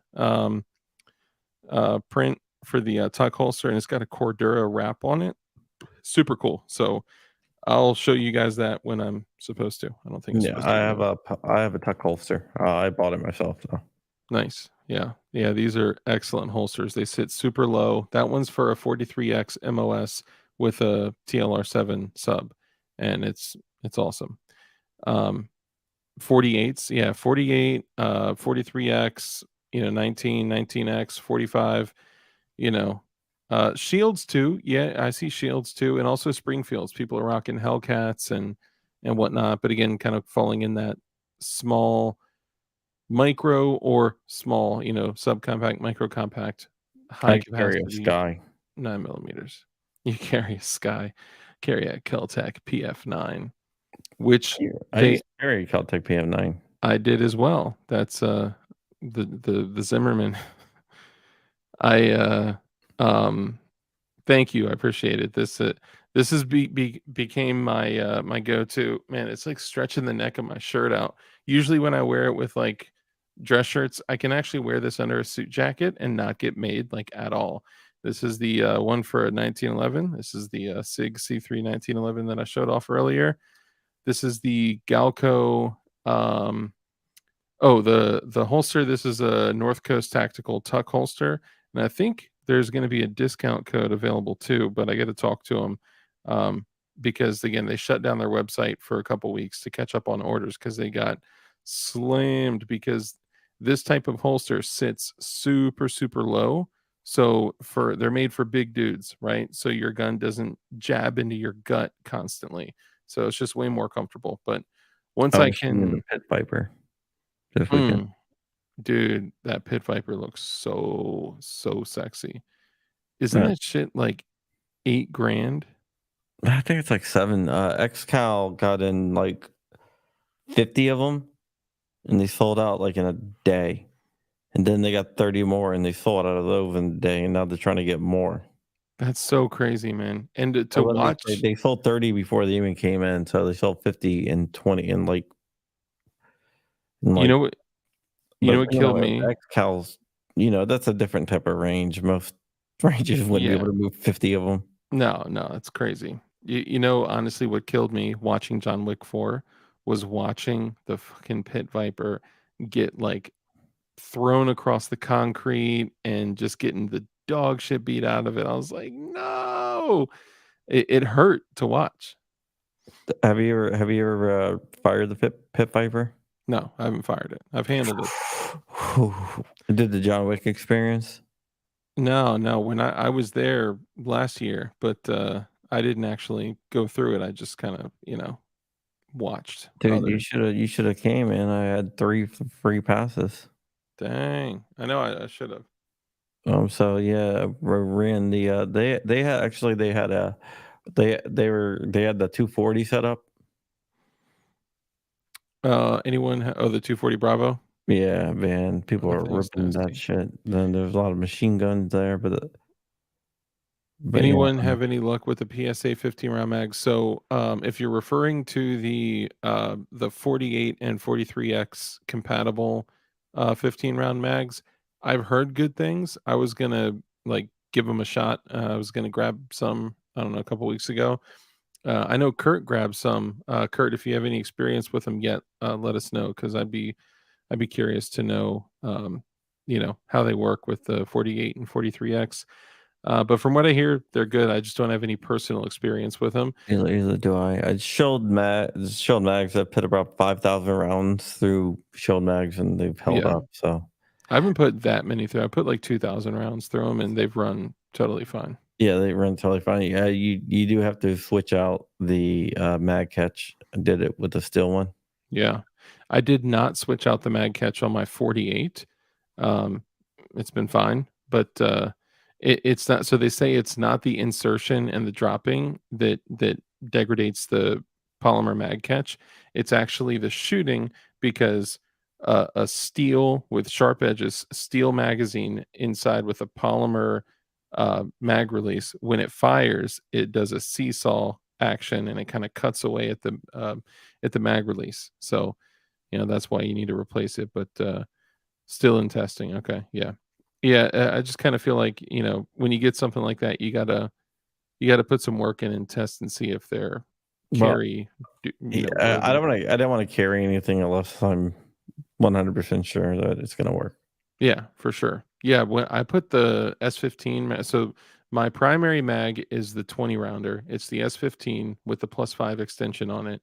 So that's 21 rounds in the 43X, and then to the left is another 15 round mag. I got other ones too, but that's my and those are the Gen 1s with the gray followers, but I also have the S15s with the red followers too. I do know that there is going to be a magazine company, a very popular magazine company, that is coming out with that will be coming out with a 15 round mag for the Glock 43X with a +3 optional Okay.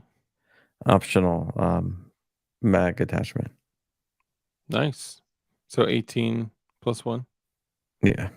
18 plus 1 and a Glock 43X, and it's not going to really change the size by that much. And it's not Pro Mag. It's not Pro Mag. No, these are. It's gonna be. There's a very good mag company. It's a very high quality. Very. I wouldn't say that they're not going to be like discount mags or anything cheap. Put it that way.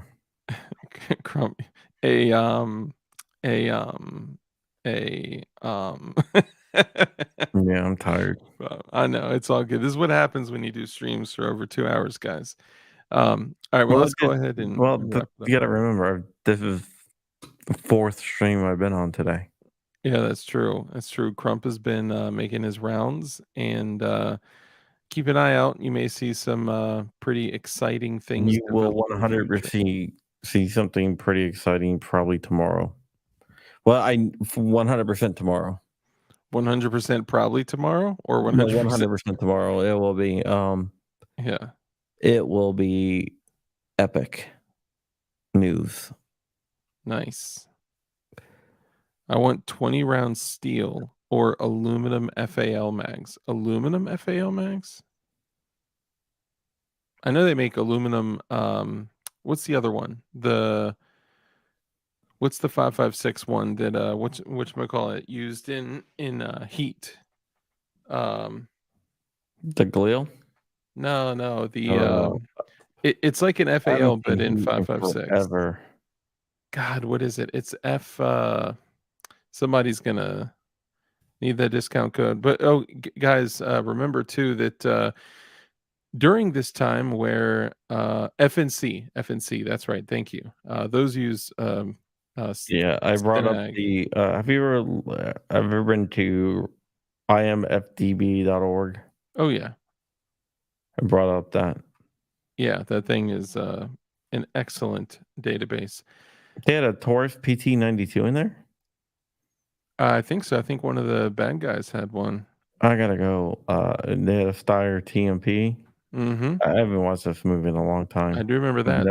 Mossbergs. The TMP, that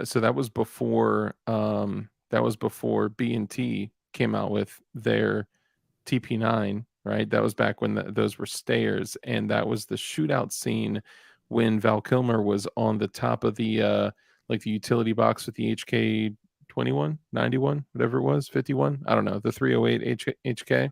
I knew there was a Galil in there. Yeah, he who had the Galil? Tom Sizemore's character.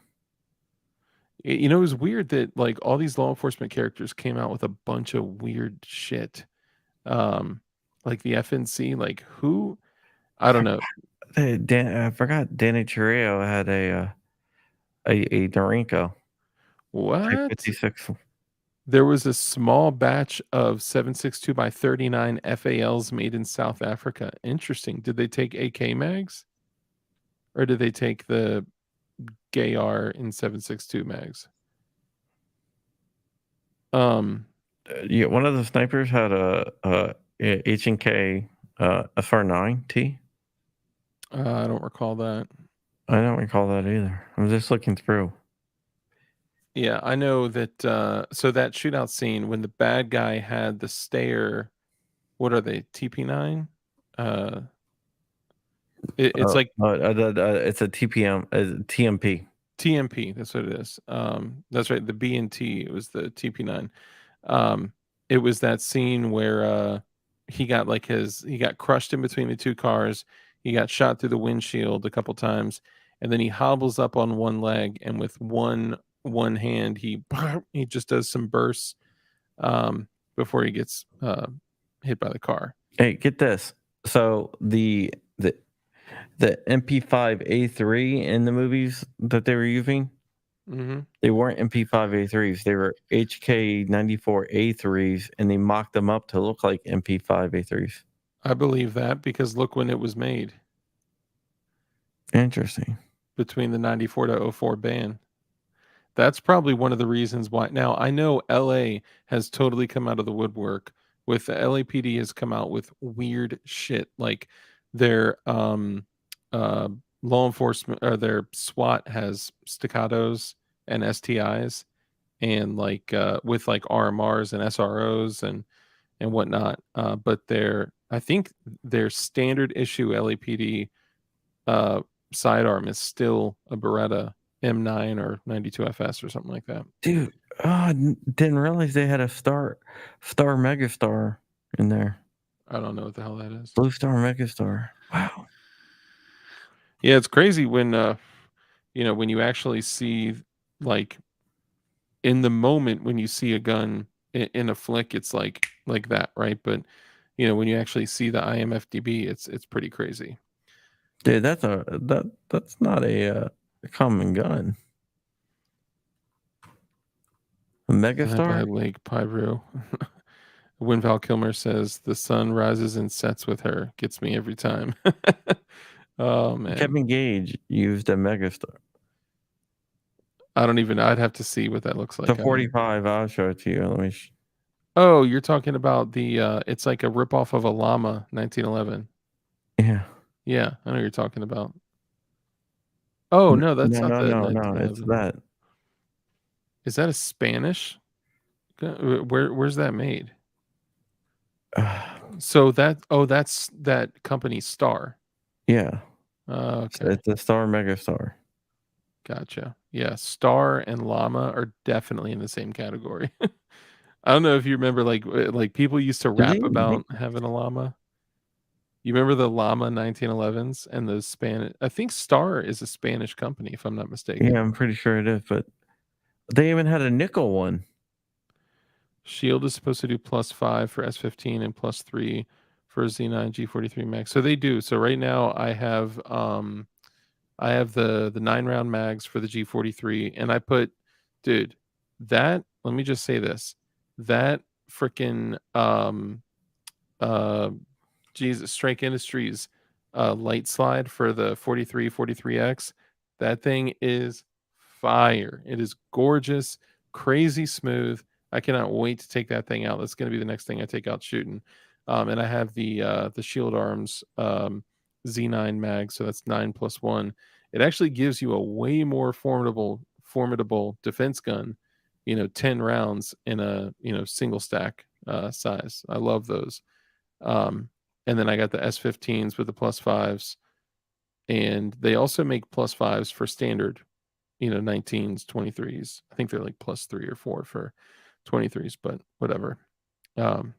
Anyway, let's go ahead and wrap it up. One more thing. I just got a question for you. Trivia question. Tomorrow War with Chris Pratt, right? Yep. The main guns they used, what were they? They were a 7.5-inch AR with the which AR? Which brand? Shit, I never saw the movie. I don't remember what brand. I think it was like a bullshit like Firestar AR Diamondback or something. No, BCM. They were BCMs. Yeah. What? And then they had the Fake Me Out Hera furniture. PS90 furniture on them. Yeah, the Hera furniture. Yeah, Hera. That's right.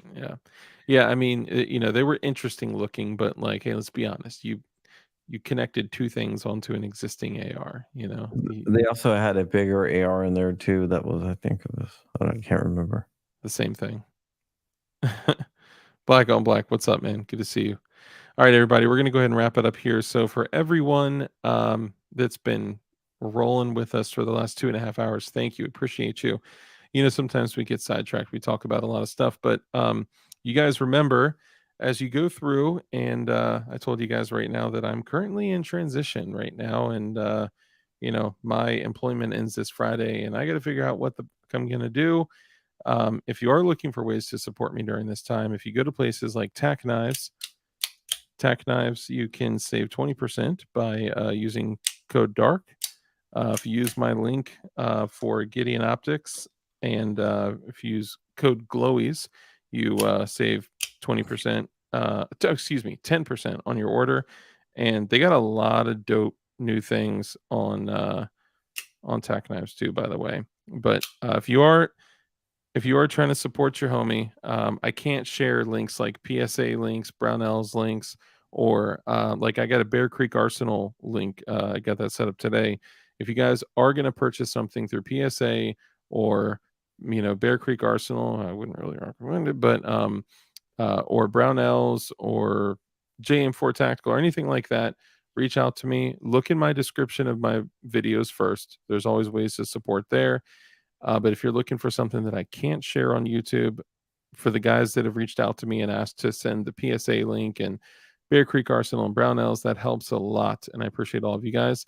Hit me up on Instagram or email. It's TheDarkMavis@gmail.com, and I'll always get back to you, even if I'm late.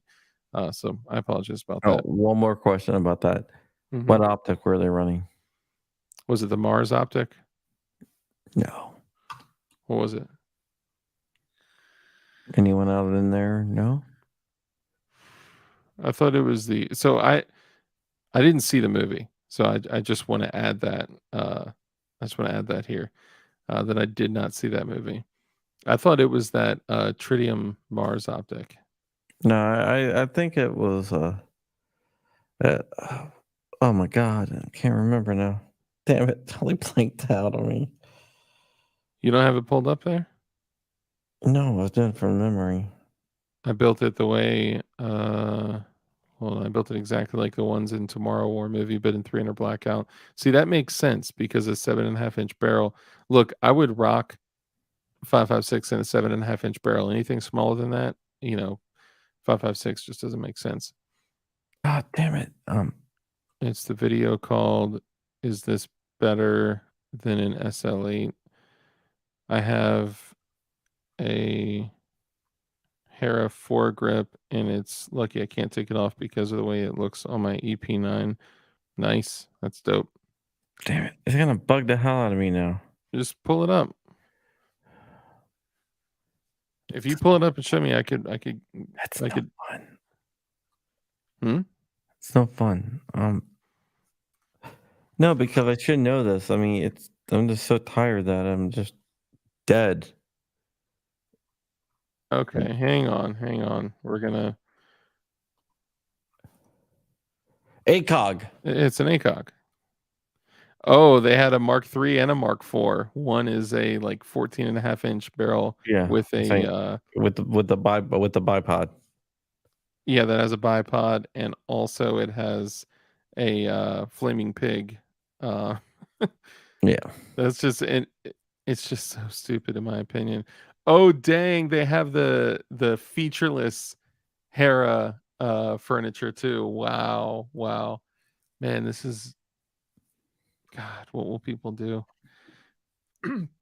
Excuse me, just choked on my own spit there. All right, let's go ahead and wrap it up. So everyone that's still here, I appreciate all you guys supporting. If you guys can support the channel, take a look in the description. There's a bunch of different ways you can do it, and also supporting companies like Tack Knives. Get yourself a new blade to do some utilitarian work with, and they're very affordable. Also, they have a new website called TackCom, and that's all their higher end shit, and that's where the little stubby guy is from, and this is a cool little OTF knife. If you use code DARK, you save 20% off, and also there's a bunch of ways to support the channel, so reach out to me on Instagram or via email if if you have any questions about links and things like that. And yeah, before we get out of here, Crump, anything else you want to say? What flashlight did they have on there that's mounted on the top? I have no idea. Enforce. I feel terrible to hear that because Enforce sucks. Well, it looks cool on there, so there you go. They do have that going for them for sure. They do look cool. All right, guys. So hold on. Where discount codes? Code DARK. So most of them are code DARK. Code DARK for Tack Knives. Just try wherever you go. Try code DARK, and it'll probably work. Including Walmart. Yeah, maybe not Walmart.